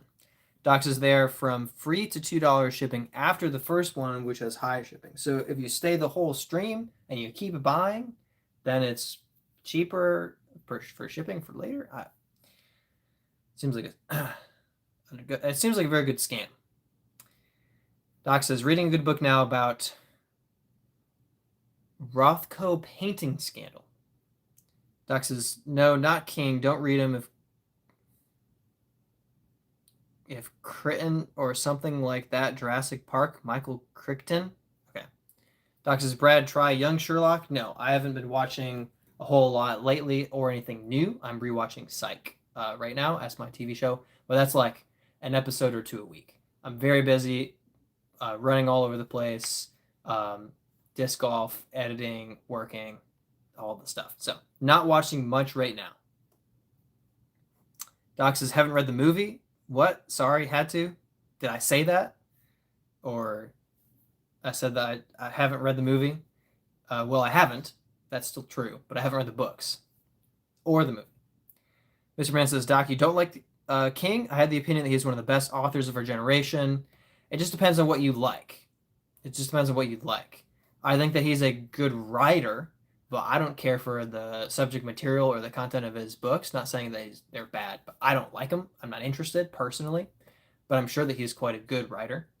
I have different preferences for reading, and I definitely like a bit of, fantasy. Like I like the lighter, usually a bit of lighter material in terms of moral content. But definitely long, lengthy stories and multiple book series. So I definitely like reading a long story. But yes, I have not really had the appreciation for Stephen King. I haven't actually watched, I think, any movies based on King either. Any of his books. I haven't watched Pet Sematary or It, or is The Shining Stephen King? I think The Shining is Stephen King. I haven't even watched Dark Tower, which is not even really horror so much. That's just, still haven't watched it. Doc says, not anti-King, just not a horror guy. I lean in that direction. Mr. Man says, Whatnot is a scam. Shipping costs are outrageous. Yeah, it definitely sounds like you have to buy a lot for the shipping to be normal. But you can get stuff for cheap, so I don't know. Doc says, Psych was a good show. Yes, it is a good show. Doc says, media shipping is pretty good.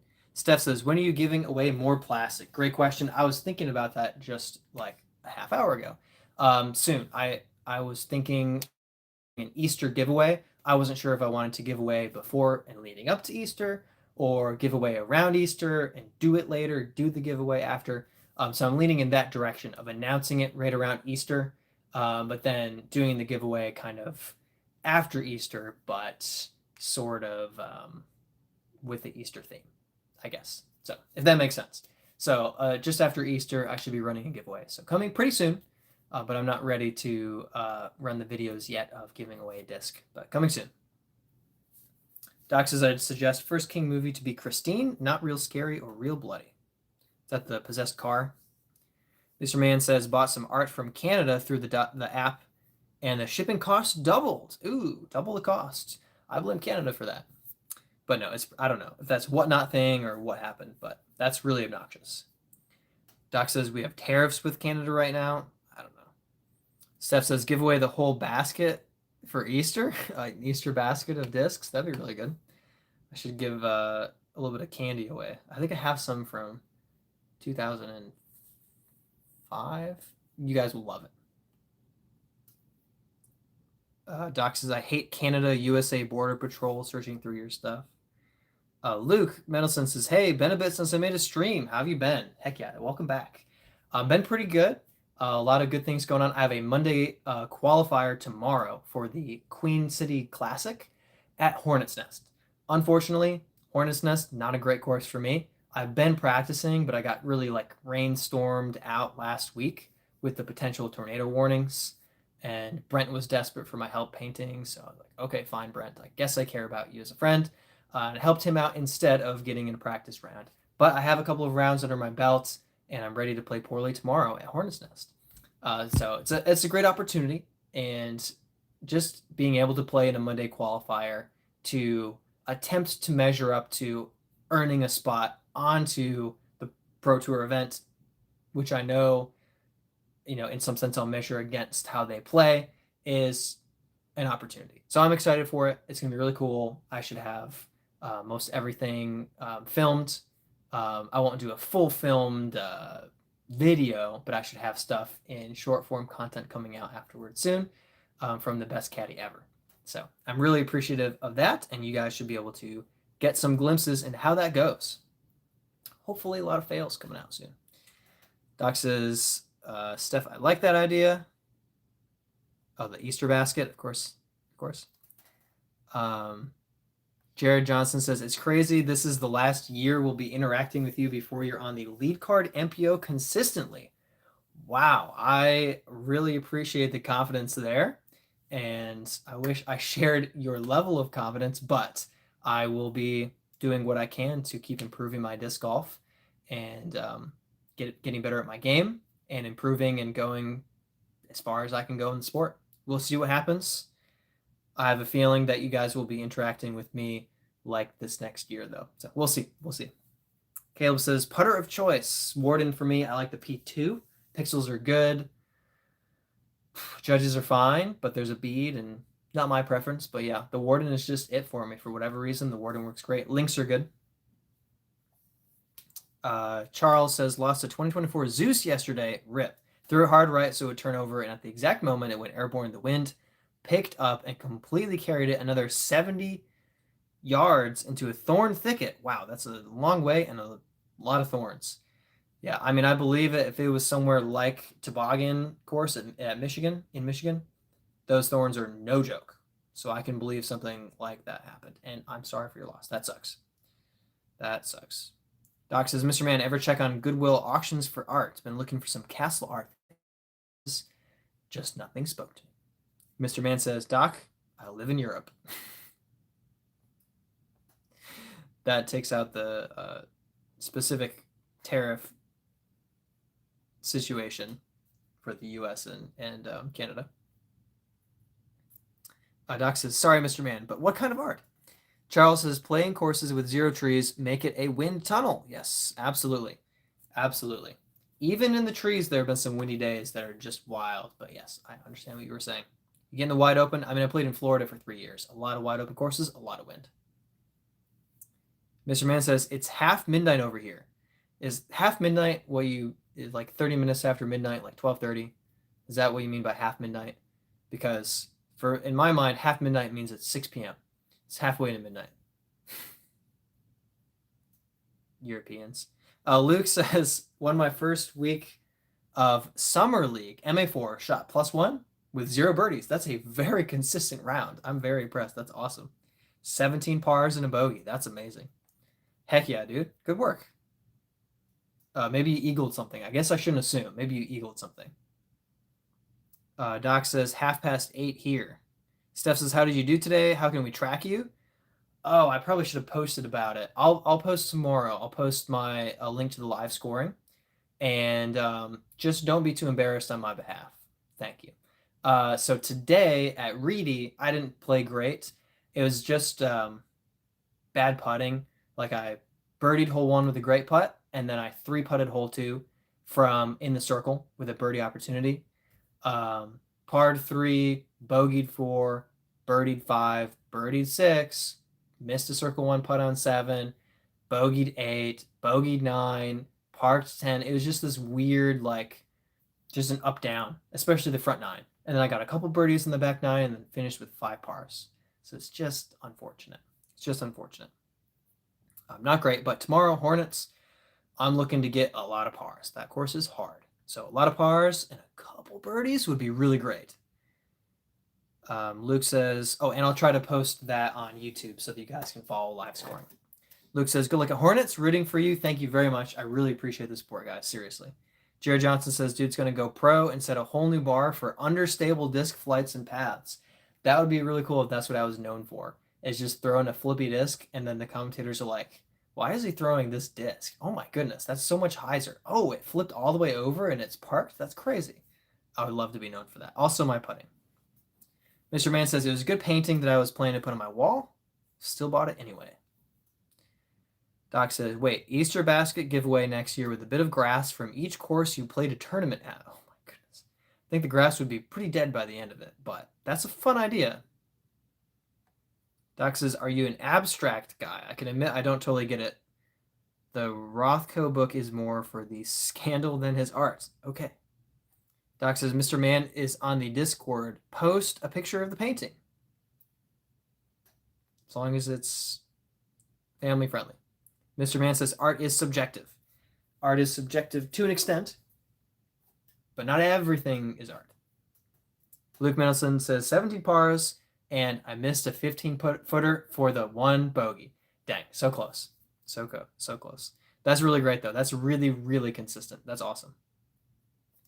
Mr. Man says, no way I'm posting it. Okay.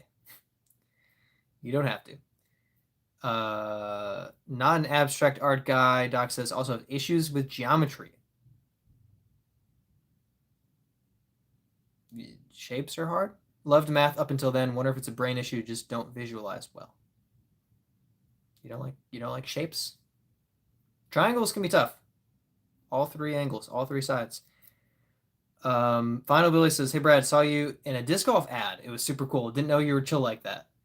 Yeah, that's me. That's my face. I'm very happy about it. I was excited to be part of the ad and the ad shoot a couple of months ago, and it came out really well. So I'm really thrilled, and I think it's supposed to basically run throughout the whole season. So I'm just really happy about that. A lot of people have been leaving comments or sending me messages and congratulating me or shouting me out. It's been a lot of fun. So thank you. And yeah, I like that you guys have to see my face. It's only for like a second, but every disc golf tournament that you watch, if you see the whole thing, you're going to see my face like 3 or 4 times. And all you're going to do is just have the sense that you need to go watch another birdie time video. You need to watch another birdie of the day. You need to join the next live stream just to tell me that you saw my face. So it's working, and I'm very happy about that. But no, I appreciate the support. Thank you. Doc says, yeah, Billy, we're all proud of it. Luke says, every time I watch DGN, I'm like, hey, I know that guy. It's gotten to the point where when I hear the beginning of the ad, I'm like, oh, it's my ad. My face is going to be up in a second. Doc says, Luke, you are a true fan of Brad. Mr. Man says, Doc, does Brad have any aces yet? Doc says, no, but Mrs. Birdietime does. I have 36 aces, but none this year.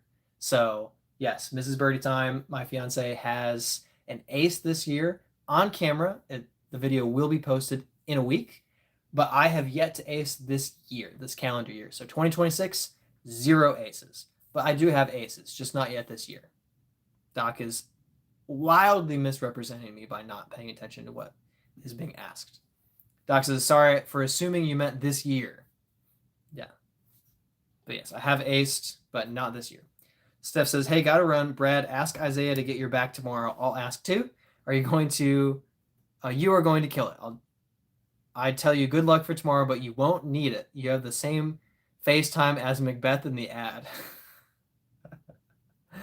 Thank you. I really appreciate it. We'll see how things go. I will do my best. I will do my best. And so hopefully a few good tree kicks will kick me toward the basket. That'd be really nice. Mr. Man says 36 aces with 0 evidence, as if I don't have a YouTube channel with like 12 of my aces filmed. There's evidence. There's plenty of evidence. I have 3 aces with the Buzz SS on film. I have a Pixel ace on film. I have a Brave ace on film. That's my longest one. I think I have this Zeus. Wait, no, I gave it away. This Zeus, my only forehand ace. I have a left-handed ace on film with a broken disc with a hole in it.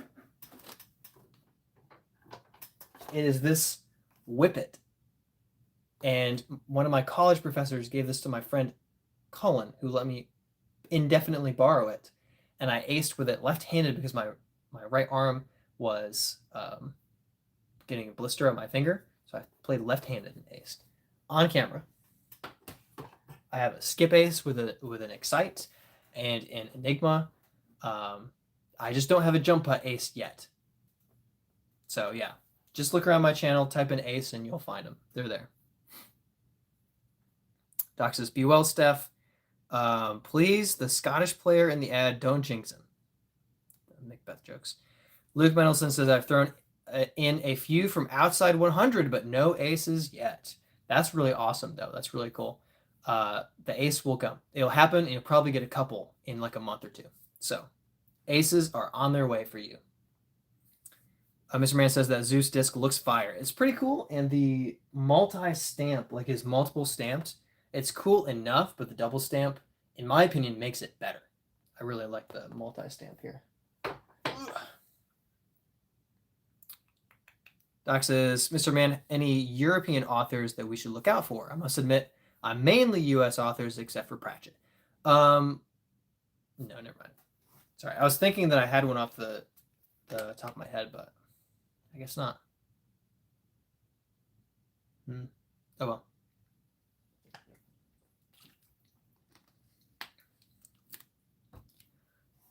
Luke says, what is your clutch 9-speed disc you reach for when maybe you shouldn't because you just trust it so much? The only 9-speed I bag right now is the Sweep, and it is a great disc, but it used to be my Valkyrie. I would throw the Valkyrie even when it was a hole that didn't exactly match the distance of the Valkyrie because I had so much confidence in throwing it well. So the Valkyrie was that disc for me. Then I did have a Flippy Insanity that I had a lot of trust in. Oh, I guess I should say I do have the Dynasty in my bag, but I don't have the same level of trust in it. It's so flippy at this point.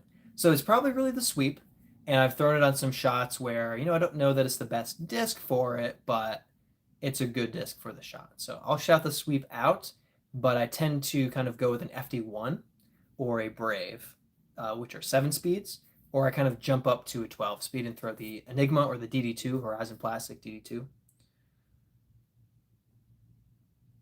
Steph Final Billy says Firebird. Oh, I also have a Raptor. I have multiple 9 speeds. I don't know what I'm talking about saying I don't bag 9 speeds. I also have a Raptor. Yeah, Final Billy says Firebird. That's a good one. Steph says, never mind. Mom said I can stay. Hey, Steph's still here. Doc says, thanks, Stefan's mom. Luke said, Valka's a disc that I want to try. Yeah, Valka's a good one.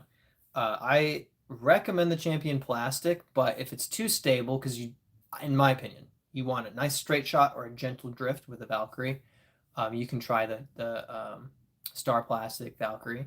to get a little more drift out of it. But the champion ones look cool, and there's a lot of like factory dyed, two-toned ones. Mine was until I lost it. At Kilbourne, hole 14, off of a second throw off the tee, and I never picked it up. It got buried in the leaves, and somebody else found it, kept it. It's probably their best bet, their best disc in their bag. Ugh. Anyway, it's a good disc. Final Boy says, yay, she can make a snack for us. Yes, thanks, Seven's mom. We appreciate the snacks. Graham crackers are great. Doc says, Valk is a great disc. Luke says, rip. Yeah, what a bummer. Mr. Man says, Doc just read more George Orwell and some Virginia Woolf. Just read some more George Orwell and some Virginia Woolf. Nice. Heck yeah. They're both American authors, though, right? George Orwell and Virginia Woolf are both American. Doc says, take a friend out to try disc golf and a nice lightweight base Valkyrie in case they lose it or want it is great. Yes, the DX Valkyries are good for newer players for sure. For sure. Doc says, back to the farm, LOL. Animal Farm. Final Boy says, I really like bagel bites. I guess that's his preferred snack. That's a pretty good snack. It's a more of a hearty snack. I was thinking more of the like graham crackers, goldfish, kindergarten snacks or camp snacks. But yeah, bagel bites that's how you go. There you go. Mr. Man says they're both British. Oh, I was so confident that Virginia Woolf was American. No, I'm not saying she is. I'm saying that I definitely thought that. English author. There you go. Who am I thinking of?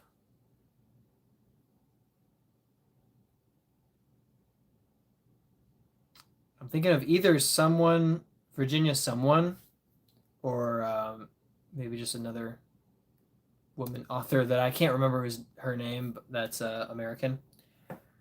But I definitely thought that Virginia Woolf was American. English author. Oh, obviously you have Tolkien and C.S. Lewis are obviously both European authors as well. And J.K. Rowling also. Doc says, shh, let him have this, Mr. Man. He's had a hard day. It wasn't that hard. The hardest thing was getting back post Consolation Taco Bell and having to mow the lawn. That was the hardest part. Steph says, I got the origin. I dig it. I was referring to my wife. Ha ha. Oof. The wife has given the permission, but does she make great snacks? That's the real question here. The West Side. Oh, is it the origin or the origin? I know the origin, but I thought that was Discmania. So is the... I have so many tabs open at this point. Oh, it isn't origin. Nope.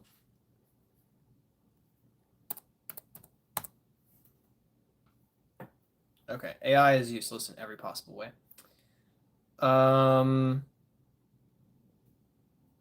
Interesting. I'm not saying the West Side.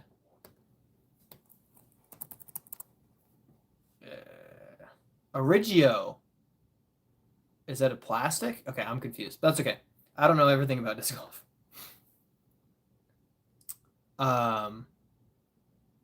Doc says, maybe thinking of, yes, there is a Santa Claus, Virginia. I don't know. Luke Mendelson says, lost my Thunderbird and thinking of replacing the MVP Tesla. A bit more shape is what I was thinking. Thunderbird for Tesla. I mean, I think they're both good discs. I don't have enough throws with the Tesla. They seem pretty stable, and I feel like the Thunderbird is a little less stable. So if you do like the stability, that might be a perfect choice. But maybe that was just my experience with the Thunderbird that I had and threw, is that it felt more stable than my Tesla. Or sorry, more flippy. The Tesla was very overstable that I had. Steph says Virginia is the best. Luke says, Virginia, have you played Hawk Hollow? I don't know what that is. Steph says, Origian, autocorrect keeps messing with me. I still don't know what that disc is named. Jacob Stoner says, move to Savannah, Georgia. Do you have any courses around northern Florida area that are worth playing casually or as a day trip or weekend trip? Tom Brown is definitely worth it. I have not actually played, but Tom Brown is famous and worth the time to play there. So Tom Brown, Depends on what you mean by North Florida, because Gainesville is fairly North Florida, but it's about 2 hours into the state. So if you're going 3 hours into Florida, then, gosh,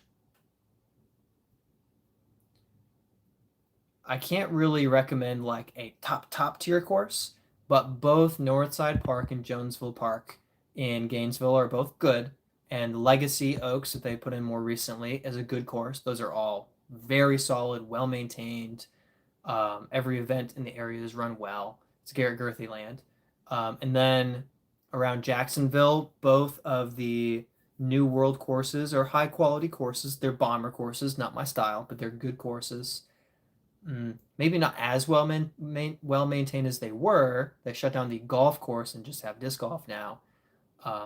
But they're solid. And then Four Palms / Ed Austin in Jacksonville. But those are all kind of like a little bit further down into the state. But going up Panhandle, Tom Brown is probably it's the number one course, number two course in Florida now after Olympus. Mr. Man says post the link to the Zeus disc, like just to Zeus, or I don't know if I can find the specific one that I have, but I can post a link to a Zeus if you want.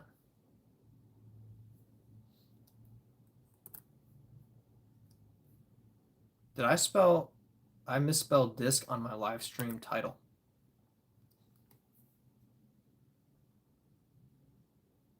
On the title of my live stream, I misspelled disc golf live stream. That's great. I can't believe I did that.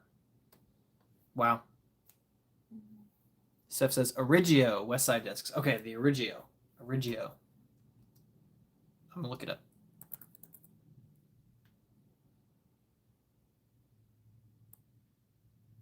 I'm still not finding Origio. Is it a plastic? Is the Origio the plastic?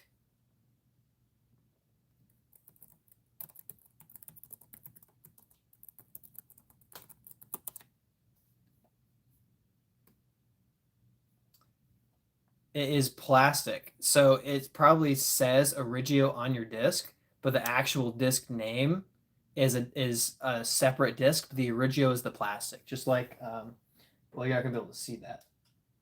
But like isn't a factory second. This is a leopard, but it's a factory second leopard. So watch out for that. Try to see if this west side, it should say on the bottom what the actual disc name is. So check for that. But I do. Wow, no, I totally lost where this was. We're gonna pretend it was there. So check for that because I do believe that Origio is actually the plastic, not the actual disc name. Doc says Origio is plastic type. Thank you. Although that was, yeah, I'm back in the chat, so I probably lost that.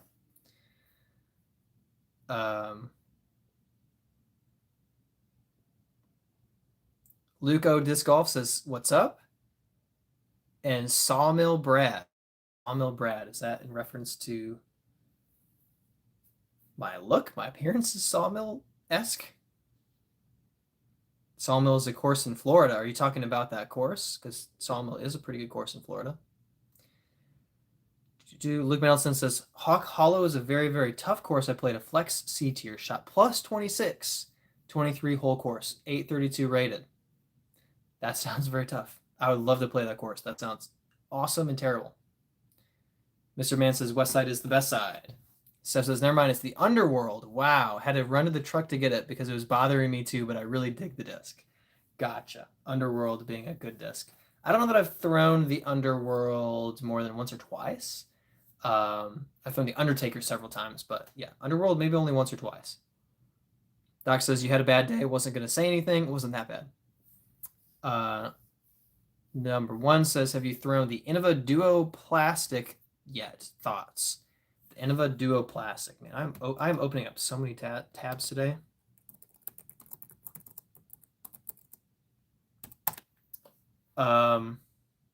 Ew, interesting. I'm trying to think if I have or not.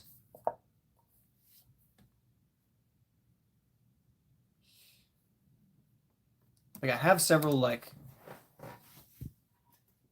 duo colored discs, but I don't know necessarily that they're duo plastic. I don't know how new it is. I do have the where's my Toro? Where's my Toro? Oh. Like I don't know if this is a duo plastic or just two colors for this Toro, but I don't think it's two plastics, so I don't think I have any of the Innova duo plastics. I don't think so.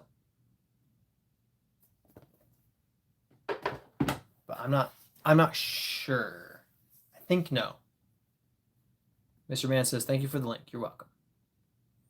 Final Billy says, do you have a favorite pro player? Great question. I would say Calvin Heimberg is my favorite in terms of competitive ability. And then Isaac Robinson is a close second. And I feel like he is both just an elite level, excellent player, great putter, great attitude, kind person, really just an encouraging example of a Christian at a high level of competition, a lot of humility. It's clear that he loves God with his life and he lives for him. So he's very encouraging and inspiring to me. And the level of talent is crazy. I like Gannon a lot, Ezra Robinson a lot as well. But yeah, Calvin's my favorite. He's really funny, and he's so like poker faced in tournaments. But as soon as he steps into a skins match, it's just so hilarious, especially when he's playing with Kevin Jones. They're just so funny together. Luke says we were talking about disc golf courses. Yeah, Sawmill is good. It's a little bit like it's a good course. It's maybe hard to recommend for like travel 2 hours to like 3 hours to play it. Like destination wise, but if you're in the area, you should play it. It's a great course. I would almost recommend Ocala Greenway first before Sawmill, just because it's maybe more of an accessible all-around course. But Sawmill is nice and tough. If you actually are like playing Georgia disc golf, then it's a good course because you'll be used to that level of trees. If you're used to Florida disc golf, you won't be used to that. You're not ready.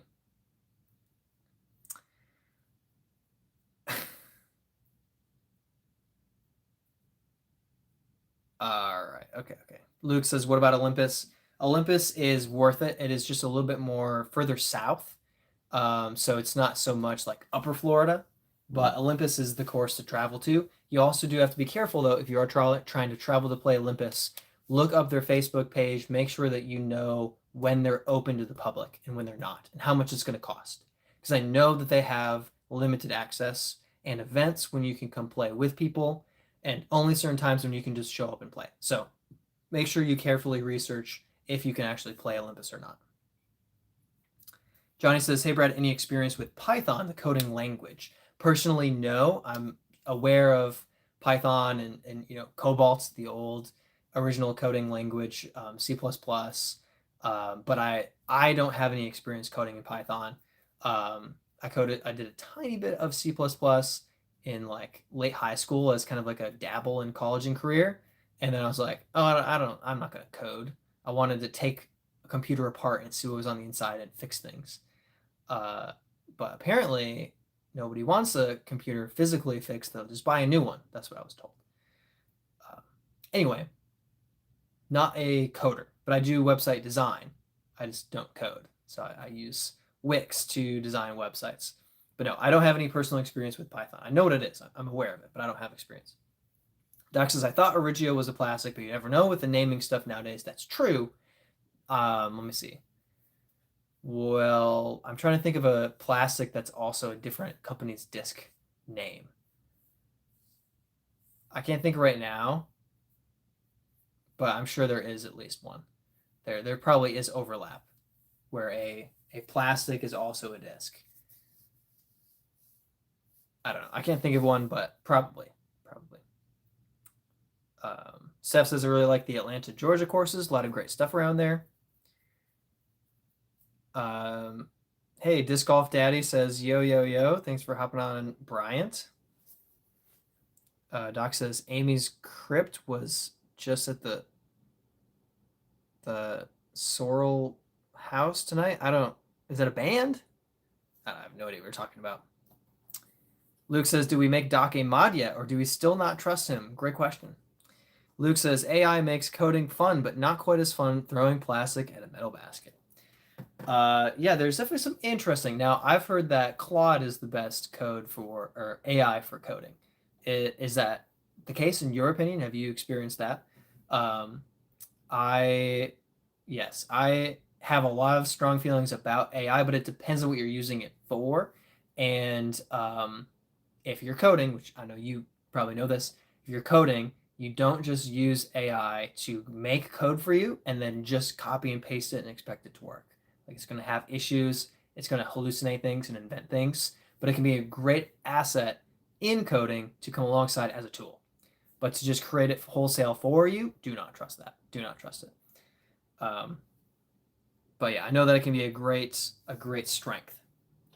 Amy's Crypt is a ghost hunting show. Okay. Fun. Awesome.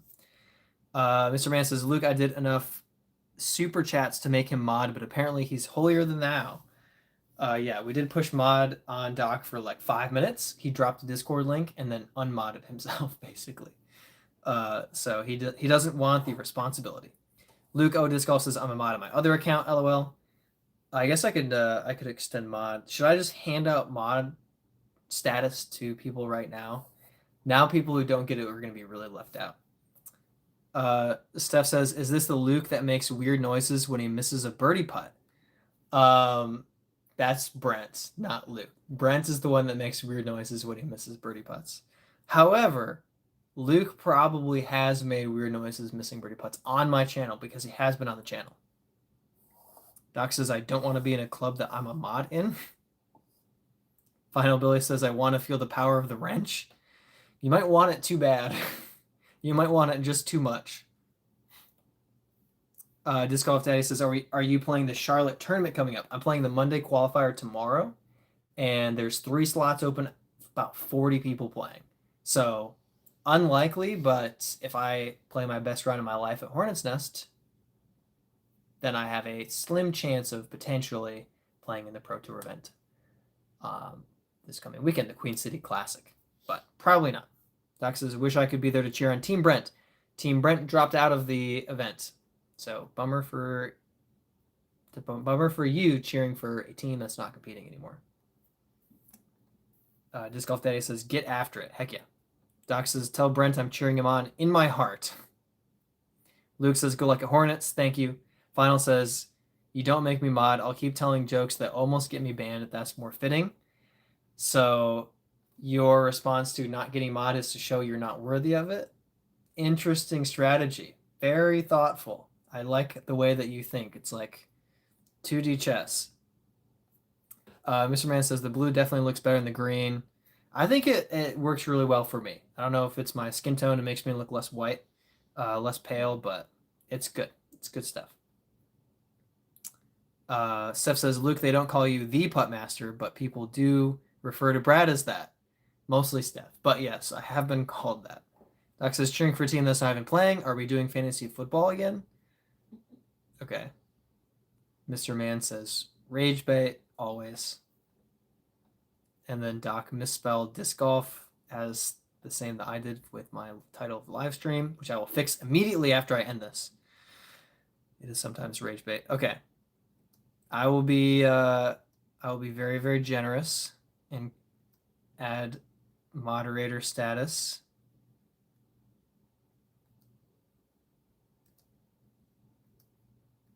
Because I am magnanimous.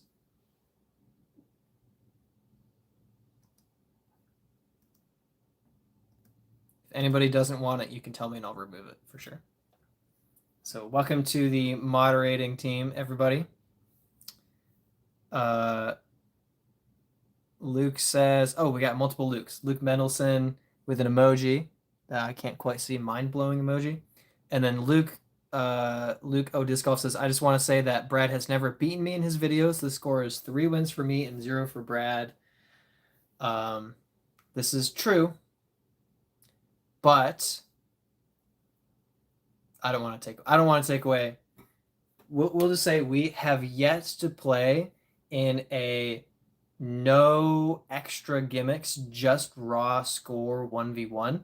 We have only played in like fun type of videos with extra challenges. So that doesn't take away from Luke beating me, because he did. But we have yet to film a video of just who has the better score between Luke and me. That's the only way I can keep myself confident in my abilities.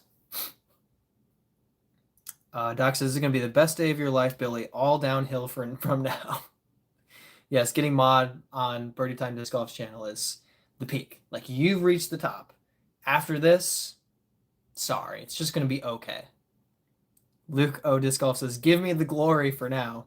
It still remains that I am fully defeated 3 for 3 by Luke, but watch the videos and decide for yourself. Luke definitely earned one of them. 100% earned. And worked his butt off for a different one. And then one of them was a little bit more gimmicky, but still a win. A win's a win. I'm not trying to take that away too much. Maybe just a little bit. Mr. Man says, mods can change your image and dictate your channel. Don't be too generous, Brad. They're just standard mods, not managing or editing mods. Steph says, sounds like a challenge.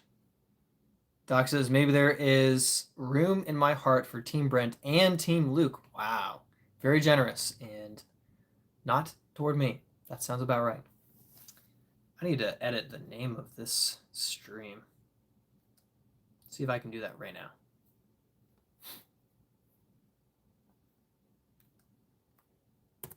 I should misspell it worse now.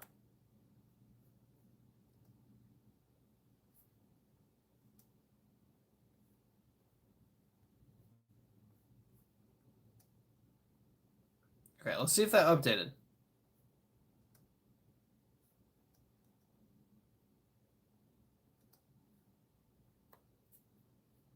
Well, other than the fact that I have to watch an ad to monitor my own video, this is going great.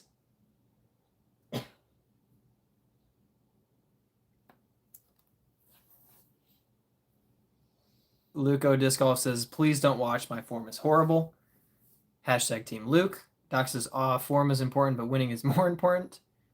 Luke says, well, now I have to watch it. Heck yes, now you have to. Doc says, hey, you spelled Taco Bell right. That's good. That's an achievement. Steph says, Luke, I think we should see a video of the Luke Brad 1v1. We should.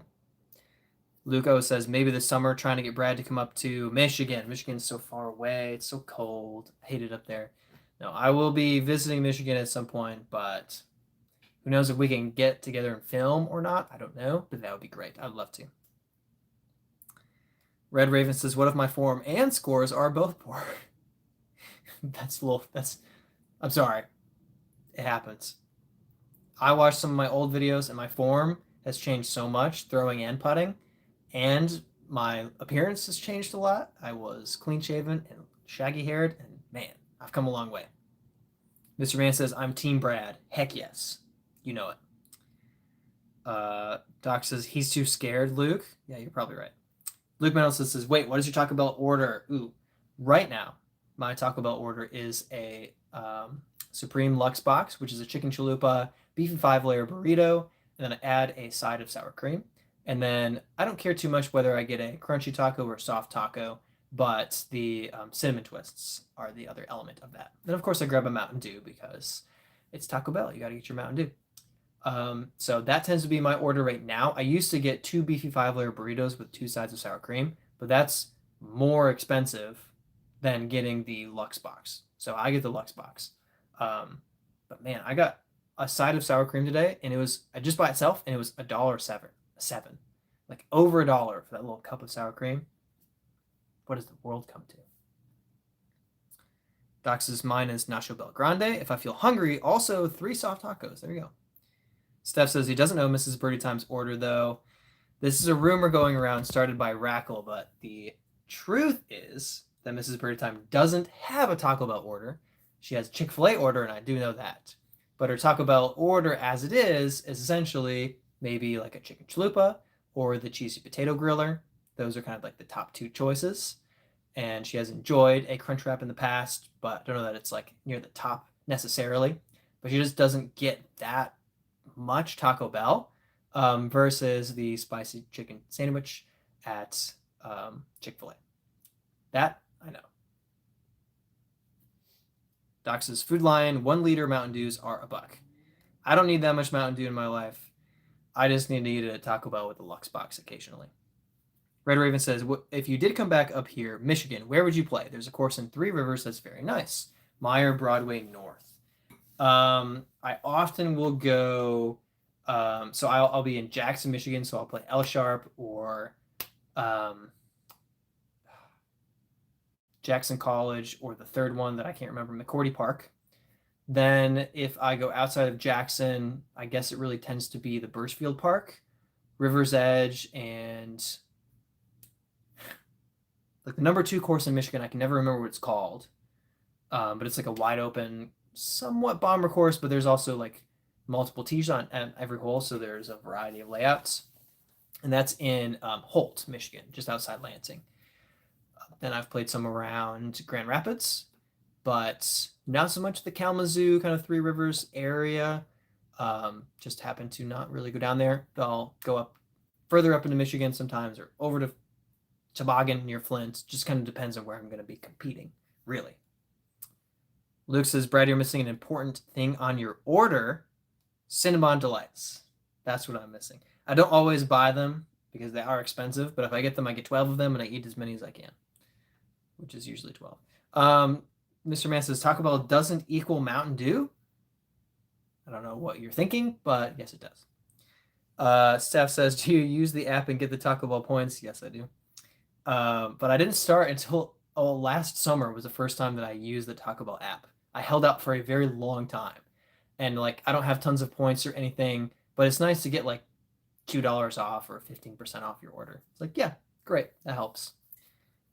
I will be wrapping up the stream soon.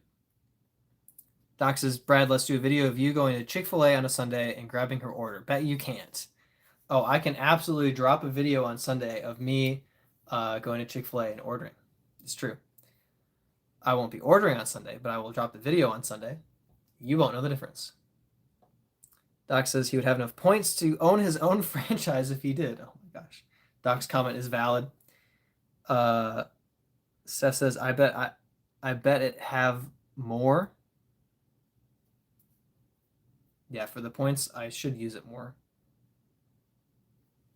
Red Raven says, I start at Eastern this fall, so I'll be definitely checking out Toboggan. Toboggan is brutal.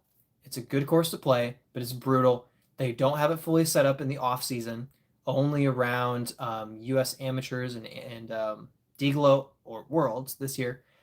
So just be warned, they don't always maintain things perfectly, and be prepared to lose discs. You're going to want to throw discs that you don't need off of some of those tees, because the thorns and the rough will swallow your disc and you'll never see it again. So be ready for that. Just be ready. It's so bad. Doc says, I will know the difference because it will be open. Maybe.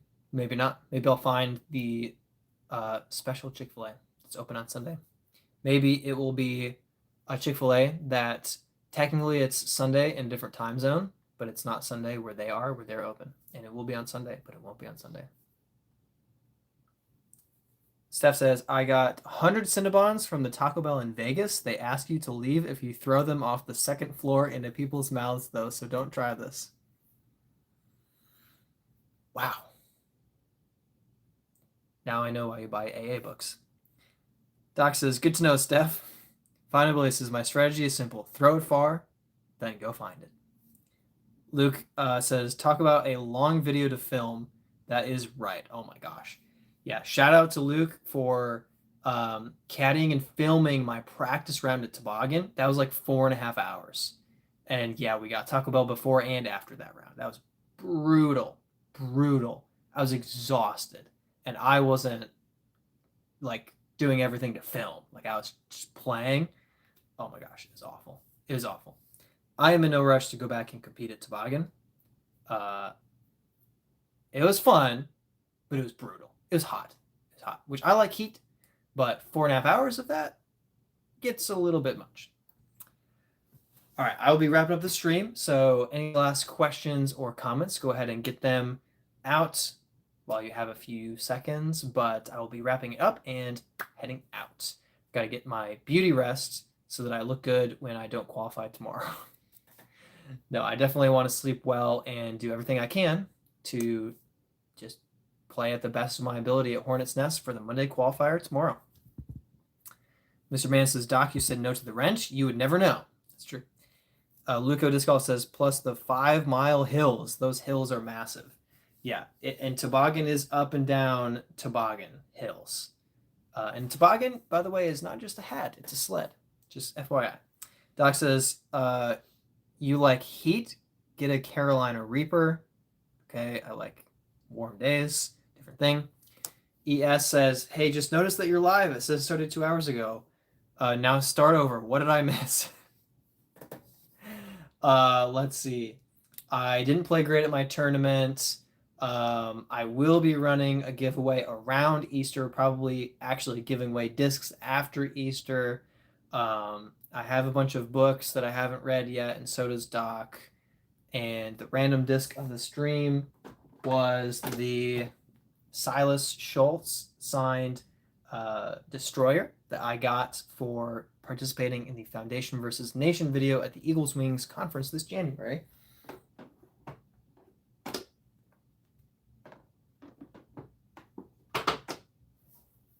There, you're caught up. Thanks for joining. Steph says, drop the link so we can see. Doc says, 4-hour show. Don't dox me about my books. So rude. He'll read it in the chat. So I was just catching him up real quick. Just a little summary. Okay, let me see if I can get my live scoring for tomorrow. Let me see if I can get that. I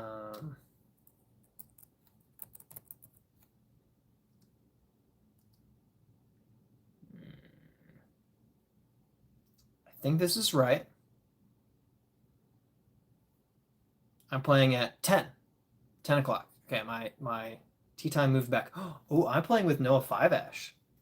He's really good. And Adam Cruz and Brooks McGill. I feel like I know who that is. Oh, dang. He's 990 rated. Adam Cruz is 979 rated. Noah Five-Ash is 966 rated right now. He's been 1,000 rated, though. I don't know if he got injured or sick, but he's quite a player. 10 a.m. Okay. All right. Let me get this link to you guys here, and then I'll try to get it to you guys later as well for following along with my scores, teeing off at 10 a.m. tomorrow. Don't expect me to get that many birdies, but if I'm parring everything, I'm playing well. So pars are good. Pars are my friend at Hornets Nest. Doc says, need to get to bed soon. 5 a.m. comes early. It does every single day. Mr. Man says, Doc, that's public knowledge. Heisner says, in the hospital, hopefully didn't break my toe. Oh my god. A lot happened in the last hour and a half. I hope that you are okay, and I hope it does not affect your disc golf. Ouch. Get better quick. I'm sorry. Luco says, I think I can beat Brad. He's only like 970 rated. LOL. 967 right now. I dropped. Doc says, go for the birdie. Luke says, I'm like the same, kinda. 903 rated. CD says, hello, Mr. Disc Golf. How are you doing?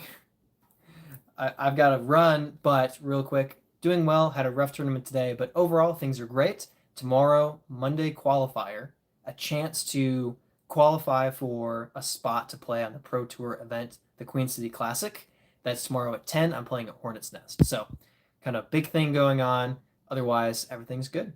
Thanks for checking in. Appreciate it. Redhead Rider says, hey, bro, haven't seen you in a while. It's true, and I'm wrapping up the stream right now. You guys got to be here 2 hours earlier every week, and then we'll actually get to chat for a bit before I have to end things. I got to get second dinner tonight before I go to bed. Doc says, didn't get any shower updates from Dice. Not our best show. All right. S says, thanks for the recap. See you in the next one. Hopefully, good luck for the tournament. CD says, good luck. Thank you guys so much. Really appreciate it. I love you all, and I will catch you guys soon. Hope you guys have a good one. Peace out.